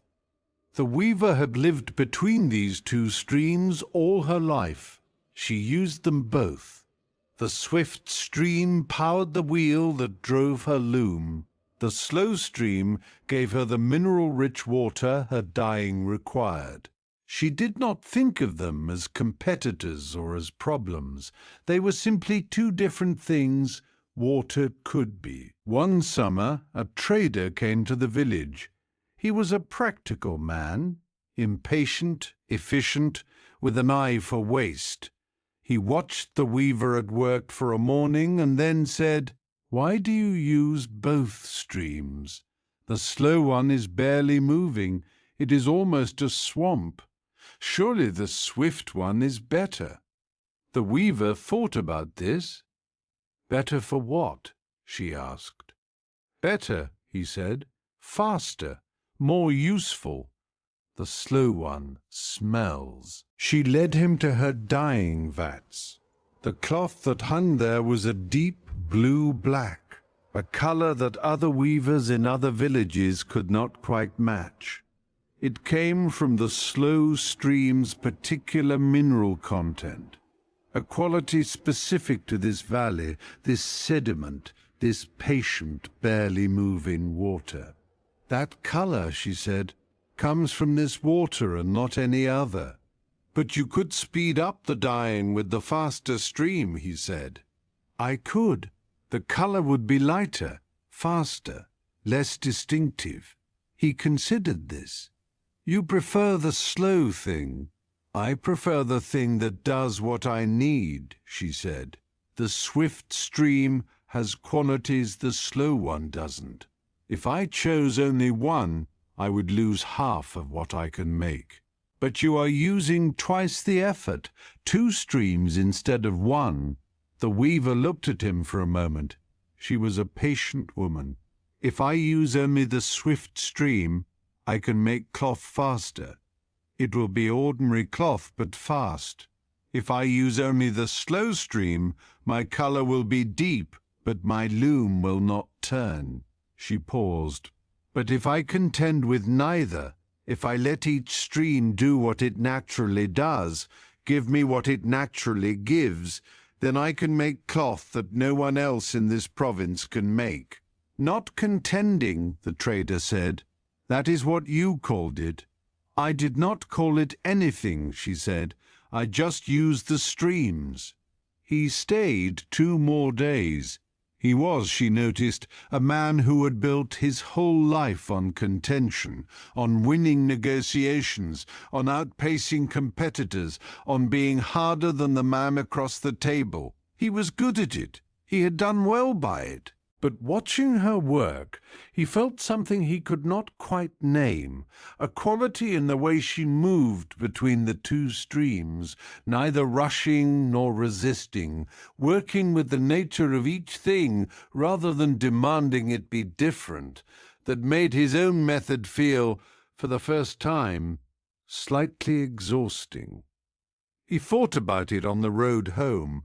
He thought about all the things in his life he had been contending with when he could have been working with their natural grain. He could not immediately think of what to do with this thought, but he carried it. The following year he passed through the village again. He stopped at the weaver's house. She was working at her loom, and she looked up when she heard him arrive, but did not stop her hands. "You came back," she said. "I wanted to tell you something," he said. "I changed how I work." She nodded, but said nothing. "I stopped arguing with the people I trade with," he said. "I started trying to understand what they need before I decide what I want." He paused. "It is slower, but things are going better." She looked at him. "How much slower?" she asked. "In the moment, a great deal slower." He thought about it. "Over the year, I am not sure it is slower at all." "No," she said, "that is usually how it is." She turned back to her loom. "The slow stream gets there. It just does not look like speed while it is happening." He stayed for another day and watched her work.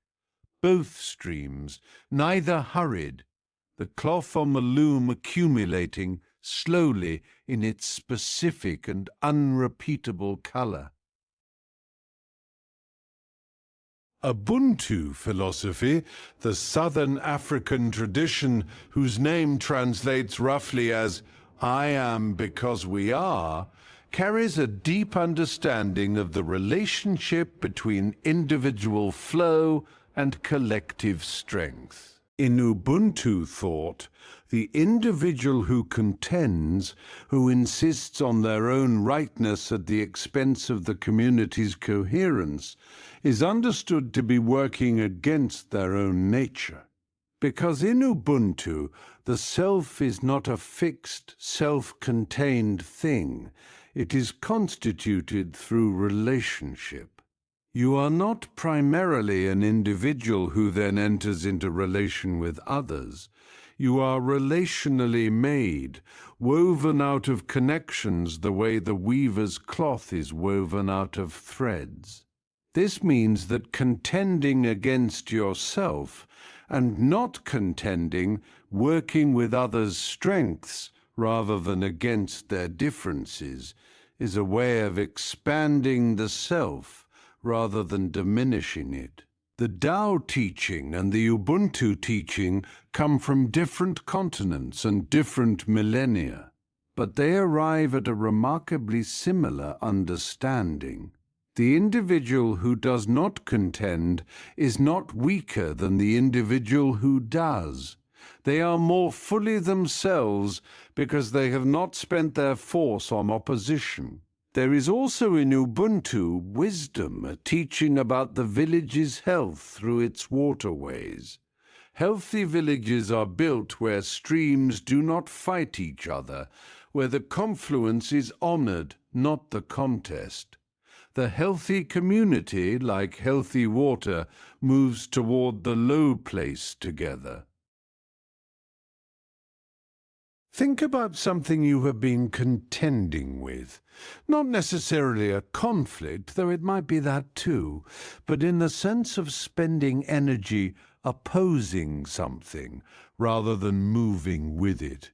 The commute you fight every morning instead of finding a rhythm within it. The person whose way of working frustrates you instead of showing you something different. The part of yourself you have been arguing with for years rather than listening to. Contention is expensive. It requires you to maintain two things at once: your own position and the constant awareness of what you are opposing. Water carries no such double burden. It has one job: move. Everything else arranges itself around that. This shows up in ordinary life in how you feel at the end of a day when you fought everything versus a day when you found the current and moved with it. Both days the work was done, but one left something over and one cost everything. Right now, in this moment, there is nothing to contend with. The night is not your opponent. Sleep is not something to be won. The thoughts still moving through you are not enemies. They are the slow stream, rich with sediment, doing what slow streams do. Let them run. You are the confluence. Let us pause here for a moment. Take a breath. Notice how you are feeling right now. Not how you think you should feel, just how you actually feel. And whenever you are ready, we will continue together. There is a phenomenon in the deep ocean that open water navigators have known for millennia. The wave that appears on the surface is not the deepest motion of the sea. Far beneath the visible waves, the surface chop, the whitecaps, the breaking crests, the ocean moves in a different register entirely. Slow, vast, deep swells that travel thousands of miles without breaking, carrying enormous energy in their invisible passage beneath the surface. These deep swells are felt rather than seen. They lift and lower the hull of a vessel with a rhythm that is separate from and slower than everything above them. Lao Tzu had returned again and again to what lies beneath the surface, to the deep, to the hidden, to the part of the river that is not visible, but does most of the river's work. The Tao itself is like this: not visible, not graspable, not something you can point to and name. It moves beneath everything. It gives the surface its motion, but it cannot itself be seen. There is a form of human strength that resembles the deep swell. It does not announce itself. It does not move quickly, but it carries enormous force, and it moves across enormous distances, and it does not break against what it meets. It passes through. This is the strength that Lao Tzu was most interested in, the strength that is underneath, the strength that comes not from what shows on the surface, but from what moves in the deep. There was once a wayfinder who crossed the great ocean in a vessel made of wood and woven rope. He was not the greatest navigator who had ever lived. He knew this himself, and it did not trouble him. He had a gift for one specific thing: reading the deep swell. He could feel, through the hull of a vessel, through the soles of his feet when he lay on the deck at night, a motion that others less attentive would miss entirely. The slow rise and fall that had nothing to do with wind or surface conditions. The signal beneath the signal. He was teaching a young woman the art of navigation. She was quick, quicker than he had been at her age. She learned the stars easily. She read the wind with confidence. She handled the vessel with the sureness that comes from being unafraid. But she was missing something, and he was trying to find a way to name it. On the third week of a long crossing, he lay down on the deck in the early morning and said, "Lie down here and tell me what you feel." She lay down beside him. The day was calm. The surface of the sea was gentle, small, slow, untroubled. "I feel the small waves," she said, "wind-driven, from the northeast. What else?" She was quiet for a moment. "Nothing," she said. "It is very calm." "Keep feeling," he said. A long time passed. The vessel rose and lowered almost imperceptibly. The motion was so slow and so large that it was difficult to separate from simply existing, from breathing, from the rhythm of being alive in a body. "There is something else," she said finally. "Very slow, very large. Yes. What is it?" "The deep swell," he said. "It is coming from the west, from the direction of the land we are seeking." She sat up. "How far away?" "Many days, but the swell has come ahead of the land, the way news comes ahead of an event. The land sent it. The ocean carries it. We receive it here." She lay back down and felt it again. The slow lift, the slow fall, something beneath the surface speaking across enormous distance. "How long did it take you to feel this?" she asked. "Years," he said. "You cannot hear it if you are listening for the surface. The surface is louder. It is more obvious. Your attention goes there automatically." He paused. "To feel the deep swell, you have to let the surface be what it is. Not ignore it, but let it pass through your attention without stopping there. And then, in the quiet underneath the surface, the swell becomes available." She practiced this for the rest of the crossing. It did not come easily. The surface was always louder, always more immediate, always more demanding of attention. But on the last day, with land still below the horizon, she felt the swell shift, felt the land signal growing stronger, its frequency changing, and she knew, before she saw it, that they were close. "What does it feel like?" he asked her when the shore finally appeared. She thought about it for a moment. "Like something was telling me," she said, "from very far away, for a very long time, and I was finally quiet enough to hear it." They stayed at the shore for the rest of that day. That evening, as they prepared to continue onward, she asked him one more question. "When you feel the swell now, after all these years, does it feel different from when you first learned to feel it?" He thought about this carefully. "Yes," he said. "When I first learned it, I had to be very deliberate, very still. I had to work to hear it. And now? Now it feels like hearing my own name," he said. "It is always there. I simply notice when I am attending to it and when I am not." She thought about this for a long time. "Is that what experience does?" she asked. "It makes the deep thing as available as the surface thing?"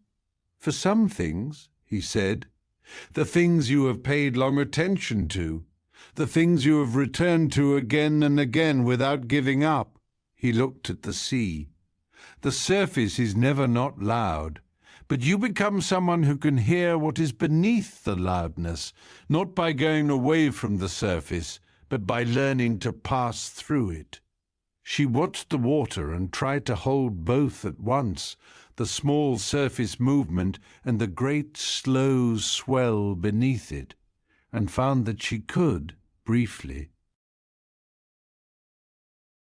Polynesian wayfinding traditions have preserved, across many generations and many island cultures, a deep body of knowledge about exactly this, reading what the ocean knows through means that are not primarily visual. The art of open ocean navigation in these traditions includes reading ocean swells, star paths, the behavior of seabirds, cloud formations over unseen land, and subtle changes in watercolor and temperature, all of which allow a navigator to know where they are without instruments. These signs were memorized, transmitted, and refined across thousands of years. What is remarkable about this tradition is its orientation. The navigator does not impose their route on the ocean. They read the ocean's own knowledge and work within it. The deep swell, the star rising, the bird species at this distance from land, these are the ocean speaking of what it knows. The wayfinder's skill is not in overcoming the ocean, but in listening to it so well that the ocean becomes the guide. The Tao teaching resonates here. The sage does not force the way. The sage reads the way, like water itself, which does not decide where to go, but follows the gradient it finds. The wise navigator does not so much decide the path as read the path that is already there. There is also in this tradition an understanding that wayfinding extends beyond navigation. Any skill, any life, any relationship is navigated by the same principle. You read what is there. You follow the deep swell of the situation. You do not impose yourself on what you cannot see. You feel for the signal beneath the signal. Think about a moment when you knew something before you understood it. Not a mystical experience necessarily, something quite ordinary. The sense that a situation was not right before you could say why. The feeling that someone was struggling before they said anything. The quiet knowing that something had changed before any surface evidence confirmed it. This is the deep swell available to you. The signal beneath the signal. The motion that passes through the hull of your experience while the surface is busy with more obvious things. We tend not to trust this. We live in a world that values explicit reasoning, the argument you can make, the evidence you can point to. And this reasoning is valuable, but it is the surface, not the deep. The deep swell of your own life, the slow, large motion of who you are becoming, what you actually need, what calls you from a great distance, that moves whether you are attending to it or not. Whether you hear it depends on how quiet you can be underneath the surface. Right now, in this moment, you might feel something like that. Not a thought, something lower than a thought, the slow rise and fall of being alive, being here, being in this particular body on this particular night. The signal that does not need to be analyzed. It simply is moving beneath everything else. Let it move. You do not need to name it. Let us pause here for a moment. Take a breath. Notice how you are feeling right now, not how you think you should feel, just how you actually feel. And whenever you are ready, we will continue together. The water teaching has one more paradox before we reach its deepest implications. Water is the softest thing and the strongest thing. We have looked at this from many angles, but there is a question beneath the question. Why does this paradox exist at all? What is actually happening when water carves stone? The answer has nothing to do with force. Water does not push against stone. It flows into the smallest cracks, cracks so fine they are invisible to the eye. It fills them completely. And then, through time and temperature and the slow work of particles it carries, it widens them. Not by pressing harder, by being there longer. Water does not defeat the stone. It outlasts the stone's capacity to remain closed. This is the deepest structure of the water teaching. Softness wins not by overcoming hardness, but by finding what hardness cannot permanently close. Every hard thing has a crack.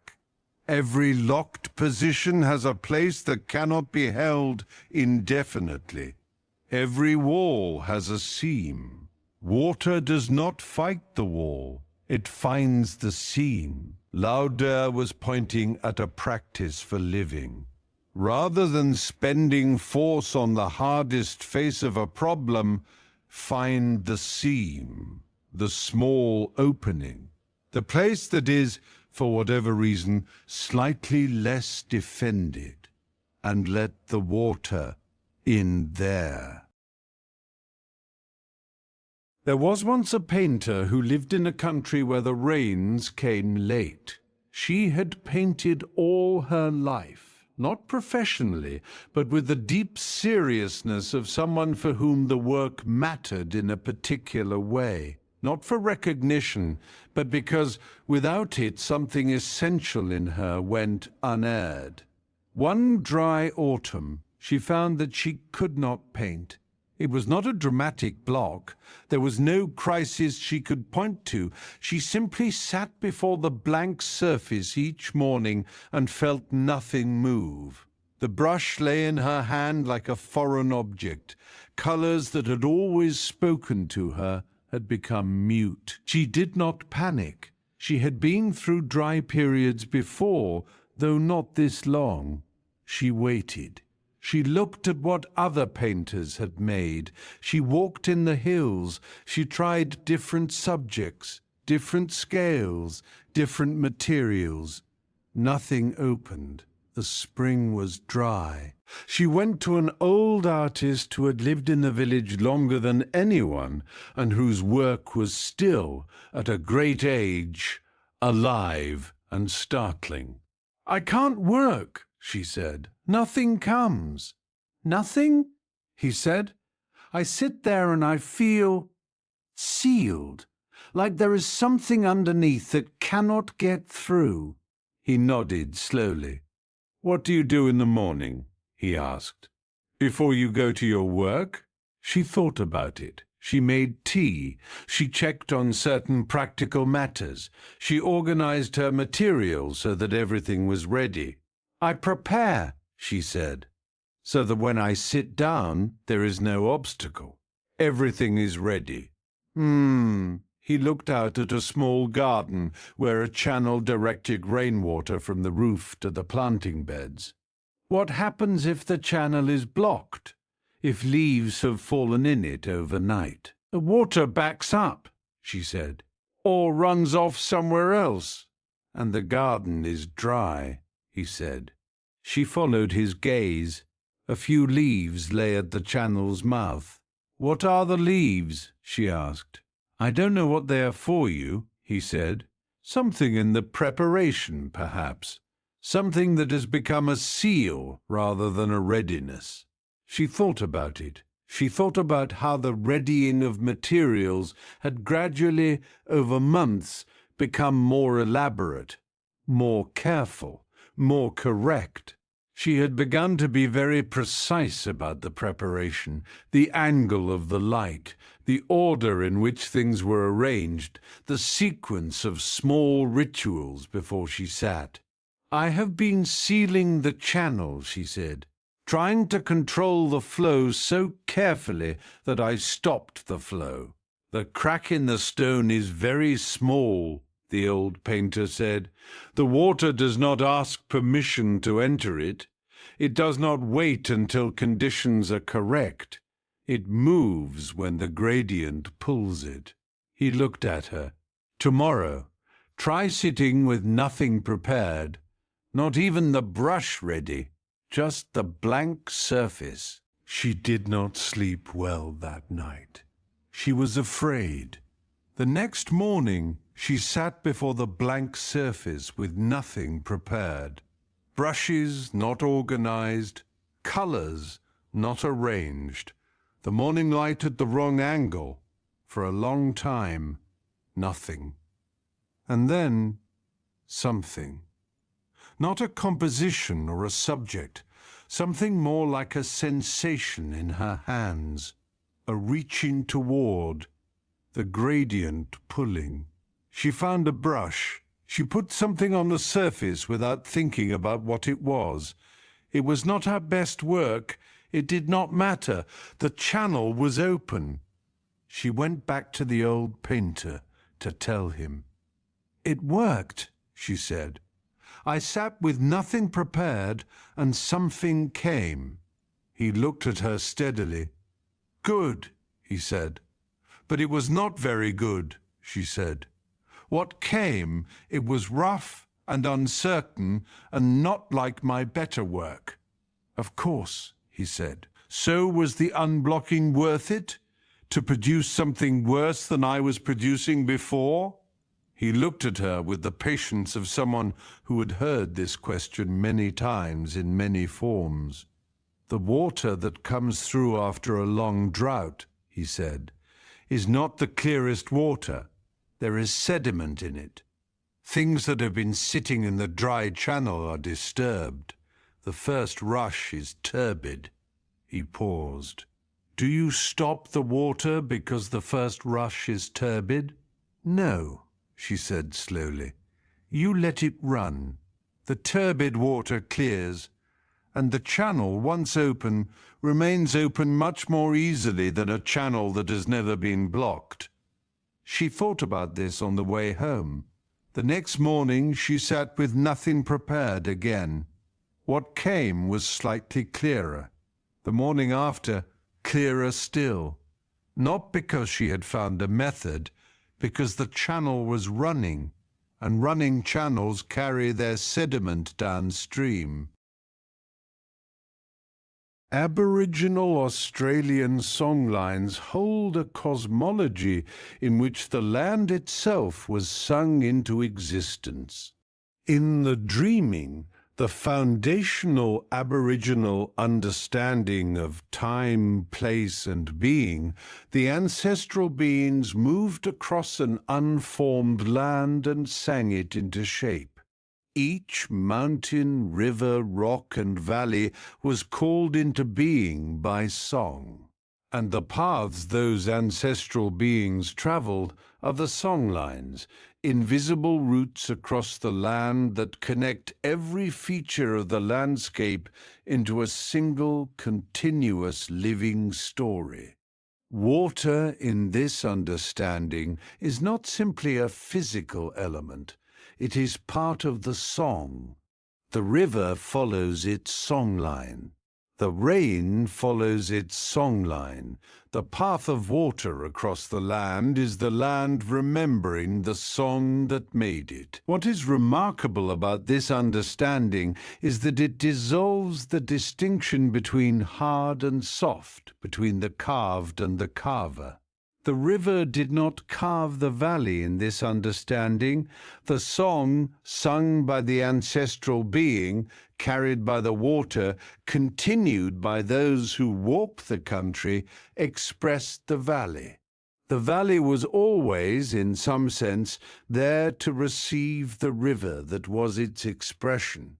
Lao Tzu did not speak of songlines, but he spoke of the Tao as the original movement beneath all things, the motion that everything else is an expression of. The water does not fight the stone. The stone's shape is, in some sense, the song of the water made visible over time. This is a different kind of strength than force. It is the strength of being so thoroughly what you are that the world shapes itself around your passage. Think about the cracks in the things that have felt hardest to you. Not the whole wall, just one crack, one small place where the resistance was slightly less. One moment in a long difficulty where something gave a little, where light came through, where the sealed thing was briefly less sealed. These cracks are where the water went. They are where the work happened, even when you could not see it, even when the surface showed nothing. The water was in the crack, and the crack was widening at a pace too slow to observe. This shows up in ordinary life in the way that things which seemed immovable suddenly move. Not all at once, not dramatically, but in the way a slow seep of water eventually makes the great stone shift. You look back and realize it was working, even when I could feel nothing happening. You may have felt this yourself in a long difficulty that resolved not in a moment of force, but in a gradual opening. The relationship that softened, the habit that loosened, the grief that did not go away but became, one day, possible to carry. Right now, in this breath, you do not need to find a crack in anything. The water is finding it. It has been finding it all along. In every place you have softened, in every moment you have moved rather than stood firm. The groove is already there, even if you cannot see it yet. Let the water continue. Let us pause here for a moment. Take a breath. Notice how you are feeling right now. Not how you think you should feel, just how you actually feel. And whenever you are ready, we will continue together. There is an image in the Tao Te Ching that has stayed with readers for 2,500 years. Lao Tzu wrote, "Returning to the root is called stillness. Stillness is called returning to one's destiny, returning to the root." Water provides the most literal possible version of this image. Rain falls, it enters the ground, it becomes groundwater, it moves slowly through the earth. It surfaces as a spring. It runs as a stream. The stream joins a river. The river reaches the sea evaporates. The moisture rises, it forms clouds. It falls again as rain. The water goes out in every direction, to every possible place. And it always returns, not because it tries to, because that is the nature of water. It has no destination other than the one that brings it back to where it began. This cyclical motion is not resignation. It is not giving up. It is the deepest form of continuance, the return that renews rather than the return that retreats. The rain that comes back to the earth comes back full of what it gathered in its time away, and the root it returns to is watered by its return. Lao Tzu was pointing at something about the nature of life itself, that what moves out from the root returns to it, that the journey is not away from the source, but a long arc back to it, and that the source is not depleted by sending out. It is renewed by the return. There was once a sculptor who worked in stone. He was from a mountain village. He had learned his craft there in the specific stone of that specific mountain, and had worked with it through all of his youth. Then he left for work, for recognition, for the wider world in which a sculptor of talent might find a larger audience and better materials.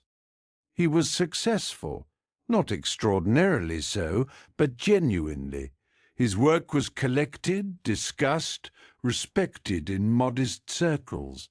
He worked in marble, in granite, in sandstone from distant places. He became accomplished in materials he had not grown up with, but something nagged at him. It was not unhappiness exactly, more like a background note that did not belong to the music, a slight dissonance in an otherwise harmonious life that he could not locate or name.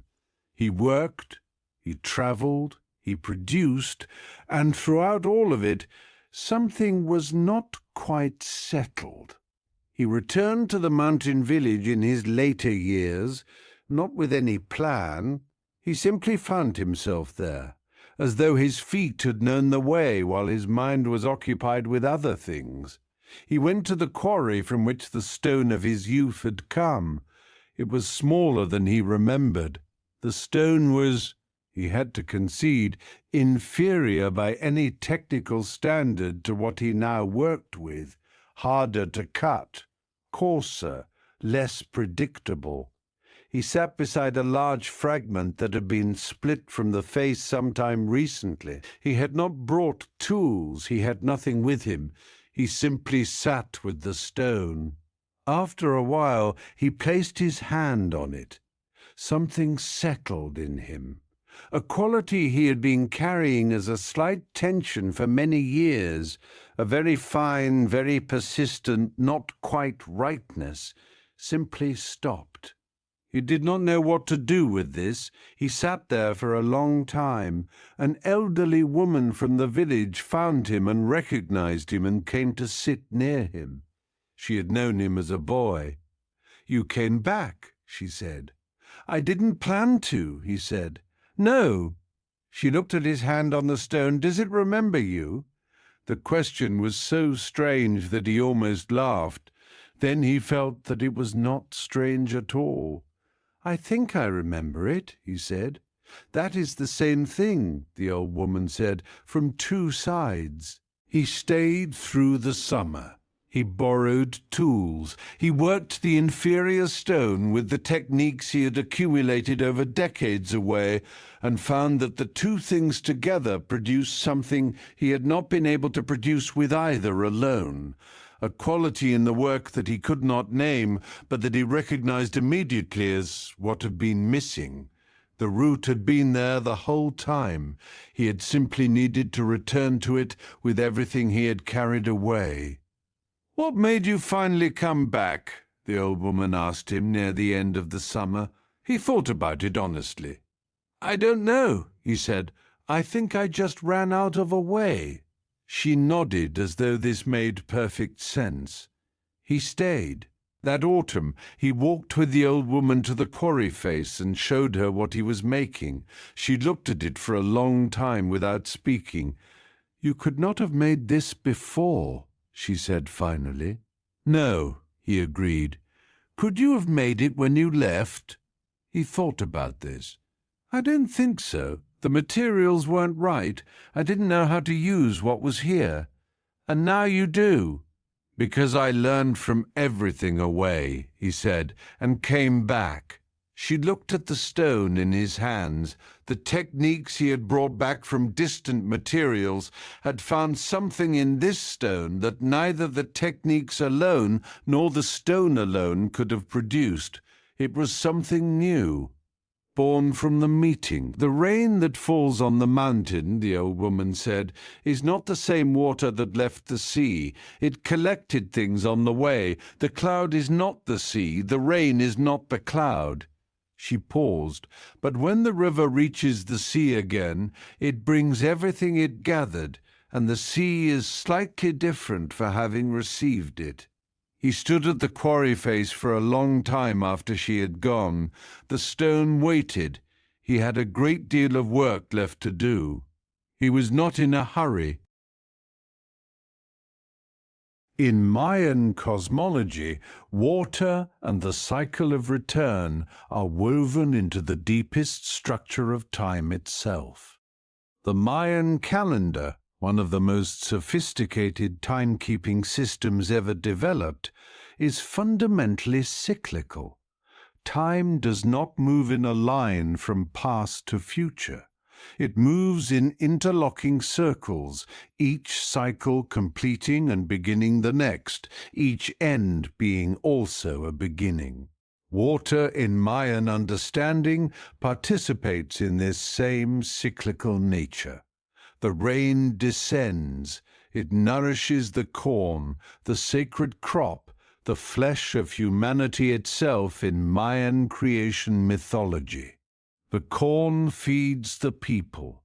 The people return offerings and gratitude, and the cycle continues, each element receiving from the one before it and giving to the one after. What is striking about this understanding is that the return is not optional. The cycle is the nature of things. You do not choose to participate in it. You are already in it. The question is whether you participate consciously, with gratitude, with intention, with the recognition that you are part of the cycle, or unconsciously, simply being moved without knowing what moves you. Lao Tzu's teaching about returning to the root carries the same understanding. The return is not a failure to arrive, it is the nature of motion itself. Everything moves out from its source and returns. The only question is whether you recognize this as the motion you are already in and surrender to it gracefully. Think about the things you return to. Not habits necessarily, though those too. The people you always end up calling when something matters. The places that feel like exhaling when you arrive, the ideas you find yourself back at after long excursions into other territory, as though they had waited.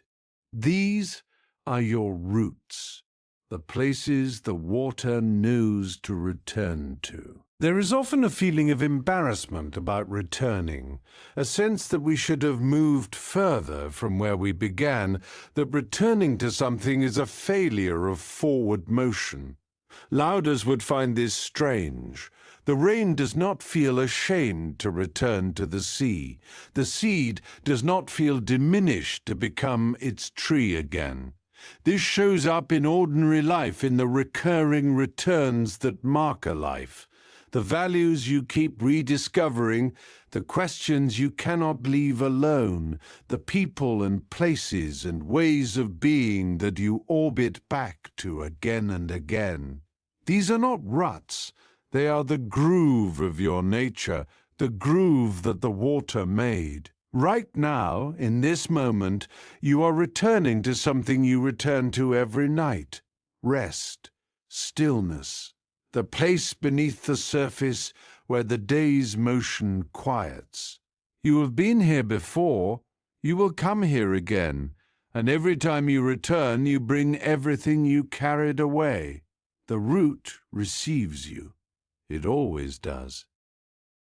Let us pause here for a moment. Take a breath. Notice how you are feeling right now.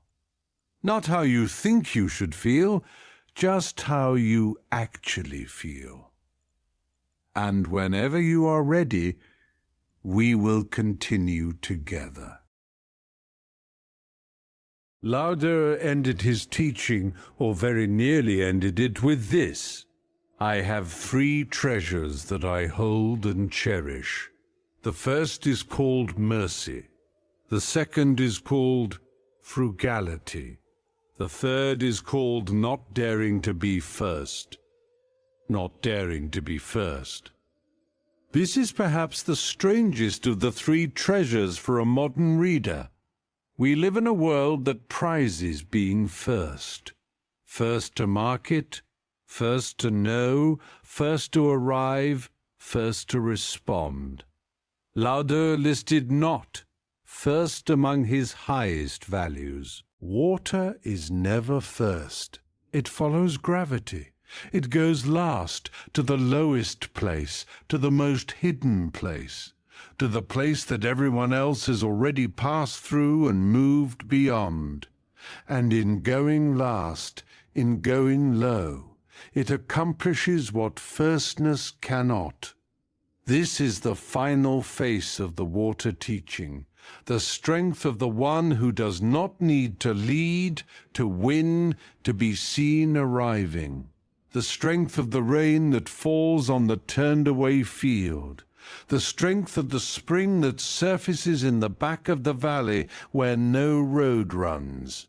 The strength of water's patient, invisible work, doing what it does for centuries before anyone sees the valley it has carved. Taoism does not say that leadership is wrong. It says that the most durable strength is the kind that comes from not needing the first position. The water that does not need to be first has no reason to stop. There was once, in the cold north, a spring that no one had ever seen. It was not hidden by design or accident. It was simply in a valley so deep and so far back from the inhabited world that in all the generations of people who had lived in the foothills nearby, none had walked far enough to reach it. The spring fed a river. The river was known. The river was used for fishing, for drinking, for the seasonal floods that deposited rich sediment on the valley's lower fields. The people who lived beside the river depended on it. They had ceremonies for it. They told stories about it. The river was, in their telling, a kind of character in the world. Difficult sometimes, generous always, present through all the seasons of living memory. But the spring, the source, was unknown and unnamed. One winter, a wanderer came through who had spent a life traveling between places. He spent a season in the village and listened to the river stories and said nothing. In the early spring, when the ice broke and the river ran high, he walked upstream. He walked for days, further than anyone from the village had gone. He found the spring. It was not dramatic. It was a small place in a hillside where water moved out of rock, quietly, continuously, without announcement. It made almost no sound. You could stand over it and nearly miss it, this small welling of cold, clear water that became, by the time it reached the valley, the river that everyone depended on. He sat beside it for a long time. When he returned to the village, the people asked what he had found. "The source of the river," he said. "What is it like?" they asked. "Small," he said. "You would walk past it if you did not know to look." They were quiet, absorbing this. "It is always there?" one of the elders asked. "It has been there since before any of us," he said. "And it never stops?" The river has never stopped, he said. So no. The elder thought about this for a long moment. All this time, she said quietly, the source has been working, and we did not know its name. It does not have a name, the wanderer said.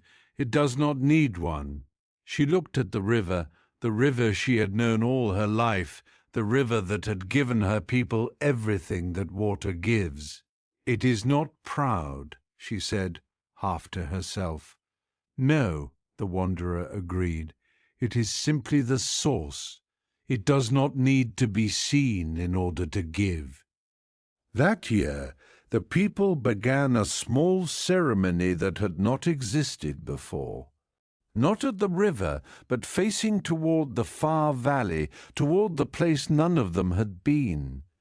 Not a ceremony of worship exactly, something more like acknowledgement, an honoring of what works without recognition, gives without being thanked, flows without being named. They held it every year after that. The spring did not know. The spring continued to do what springs do, give without ceasing from a place too deep and too small to be seen, what the great river needed to be a river. The wanderer did not attend the ceremony. He was elsewhere by the time it was first held, moving again between places, as he had always done. He did not know that what he had found had become something the village held. He had simply told what he saw and moved on. But the elder thought about him sometimes in the years that followed. She thought about what it meant to be the kind of person who walks upstream when everyone else has stopped, who walks for days toward a source that no one has asked to find, who finds it and reports it and continues on his way, not staying to be thanked. He was, she understood eventually, the spring himself, moving through the world without needing to be named, giving without ceasing what the places he passed through needed, a story, a found thing, a quiet acknowledgement of what had been there all along. She looked at the river every morning after that, and sometimes, looking at the river, she thought of the wanderer and the spring together, two things that give without stopping, that move toward what is low, that do not need the first position or the ceremony or the name. The river ran on, as it always had. The ceremony continued. The spring did not know and did not need to. In Norse tradition, there is a spring that holds a particular place in the cosmology of wisdom. Mimisbrunna, the well of Mimir, sits at the root of Yggdrasil, the world tree. It is the well of wisdom, and its water contains all that has ever been known. Odin, the All-Father, the highest of the Norse gods, desired this knowledge above all things, and to drink from the well he was required to give his eye as payment. This is a very different image from a spring that gives freely. The well of Mimir holds its water and grants it only at cost. But what is interesting is the nature of the cost. Not a battle, not a conquest, an act of self-diminishment.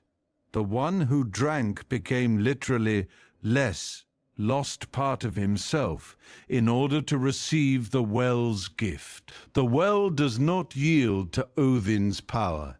It does not yield to force. It yields to sacrifice, specifically to the willingness to become smaller, to give something up, to arrive not as a powerful figure who will take the water, but as a petitioner who will receive it.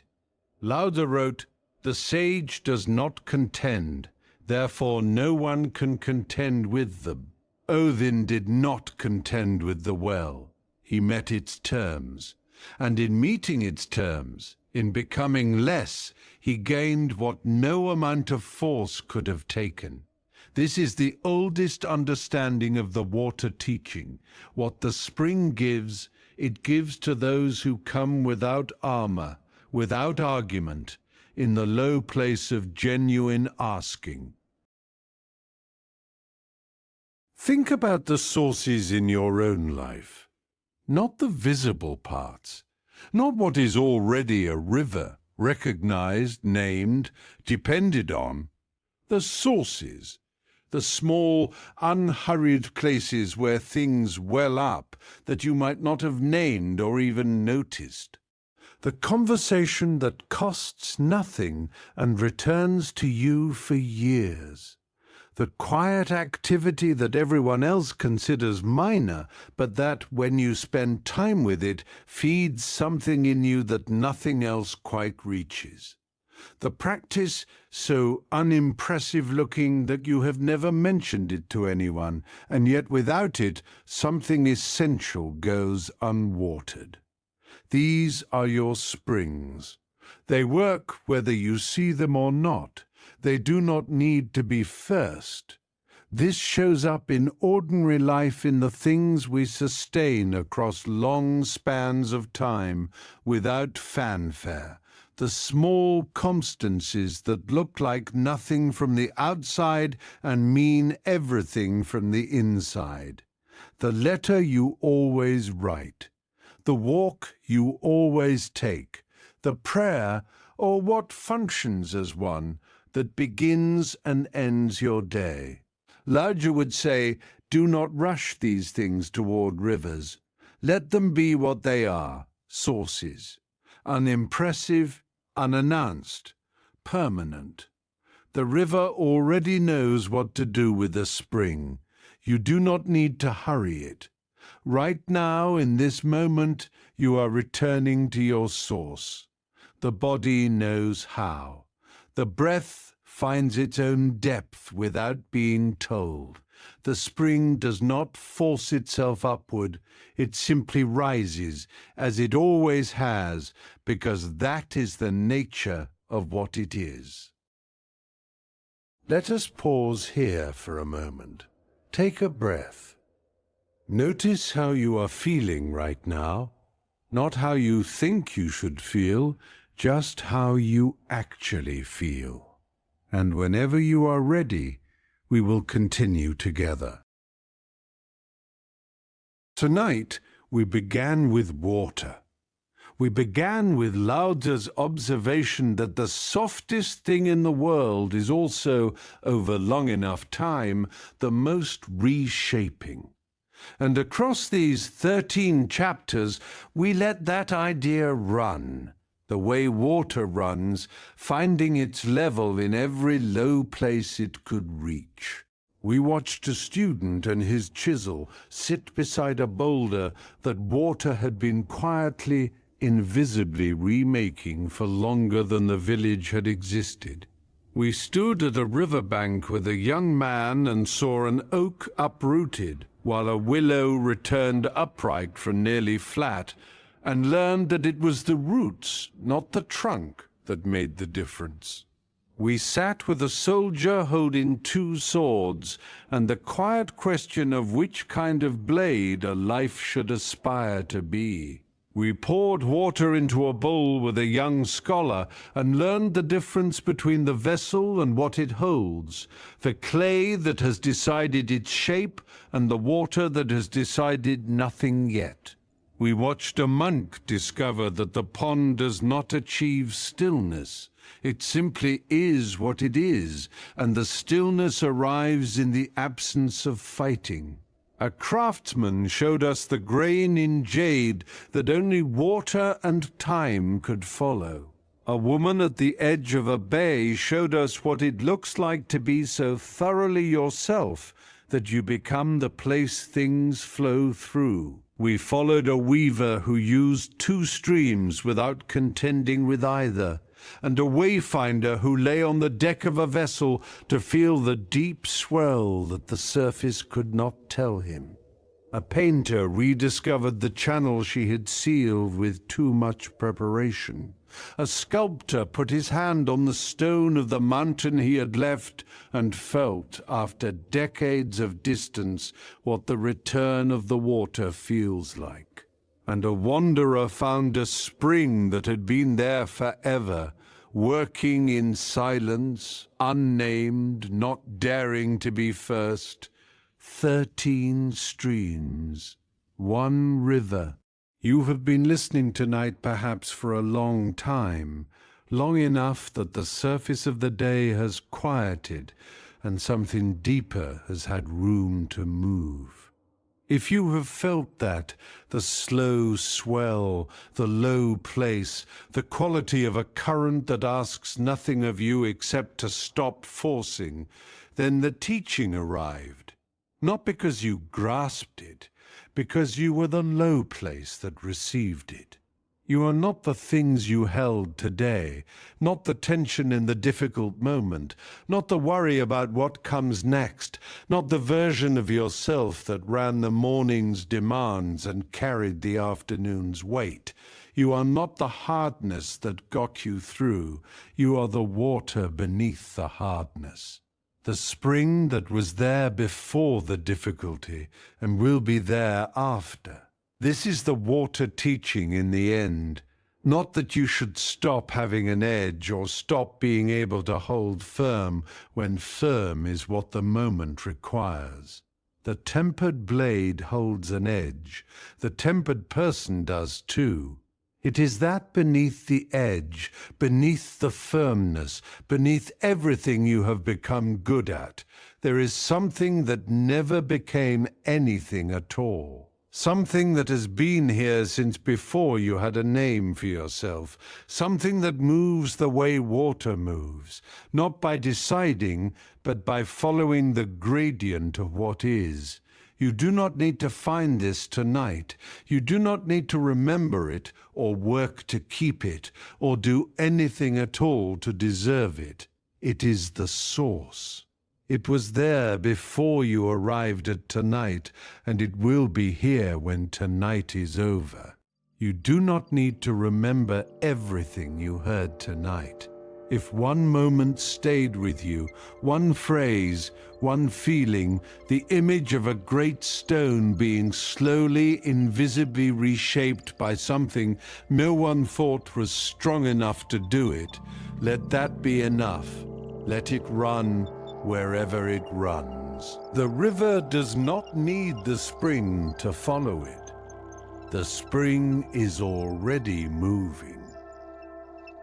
Wherever you are right now, you are welcome here, exactly as you are, with whatever you carried through today and whatever you are ready now to set down. The soft thing, the yielding thing, the thing that finds the low place and fills it without effort or announcement. That is you. Right now, in this breath. Sleep well, and thank you for joining us here at the Tao at Night.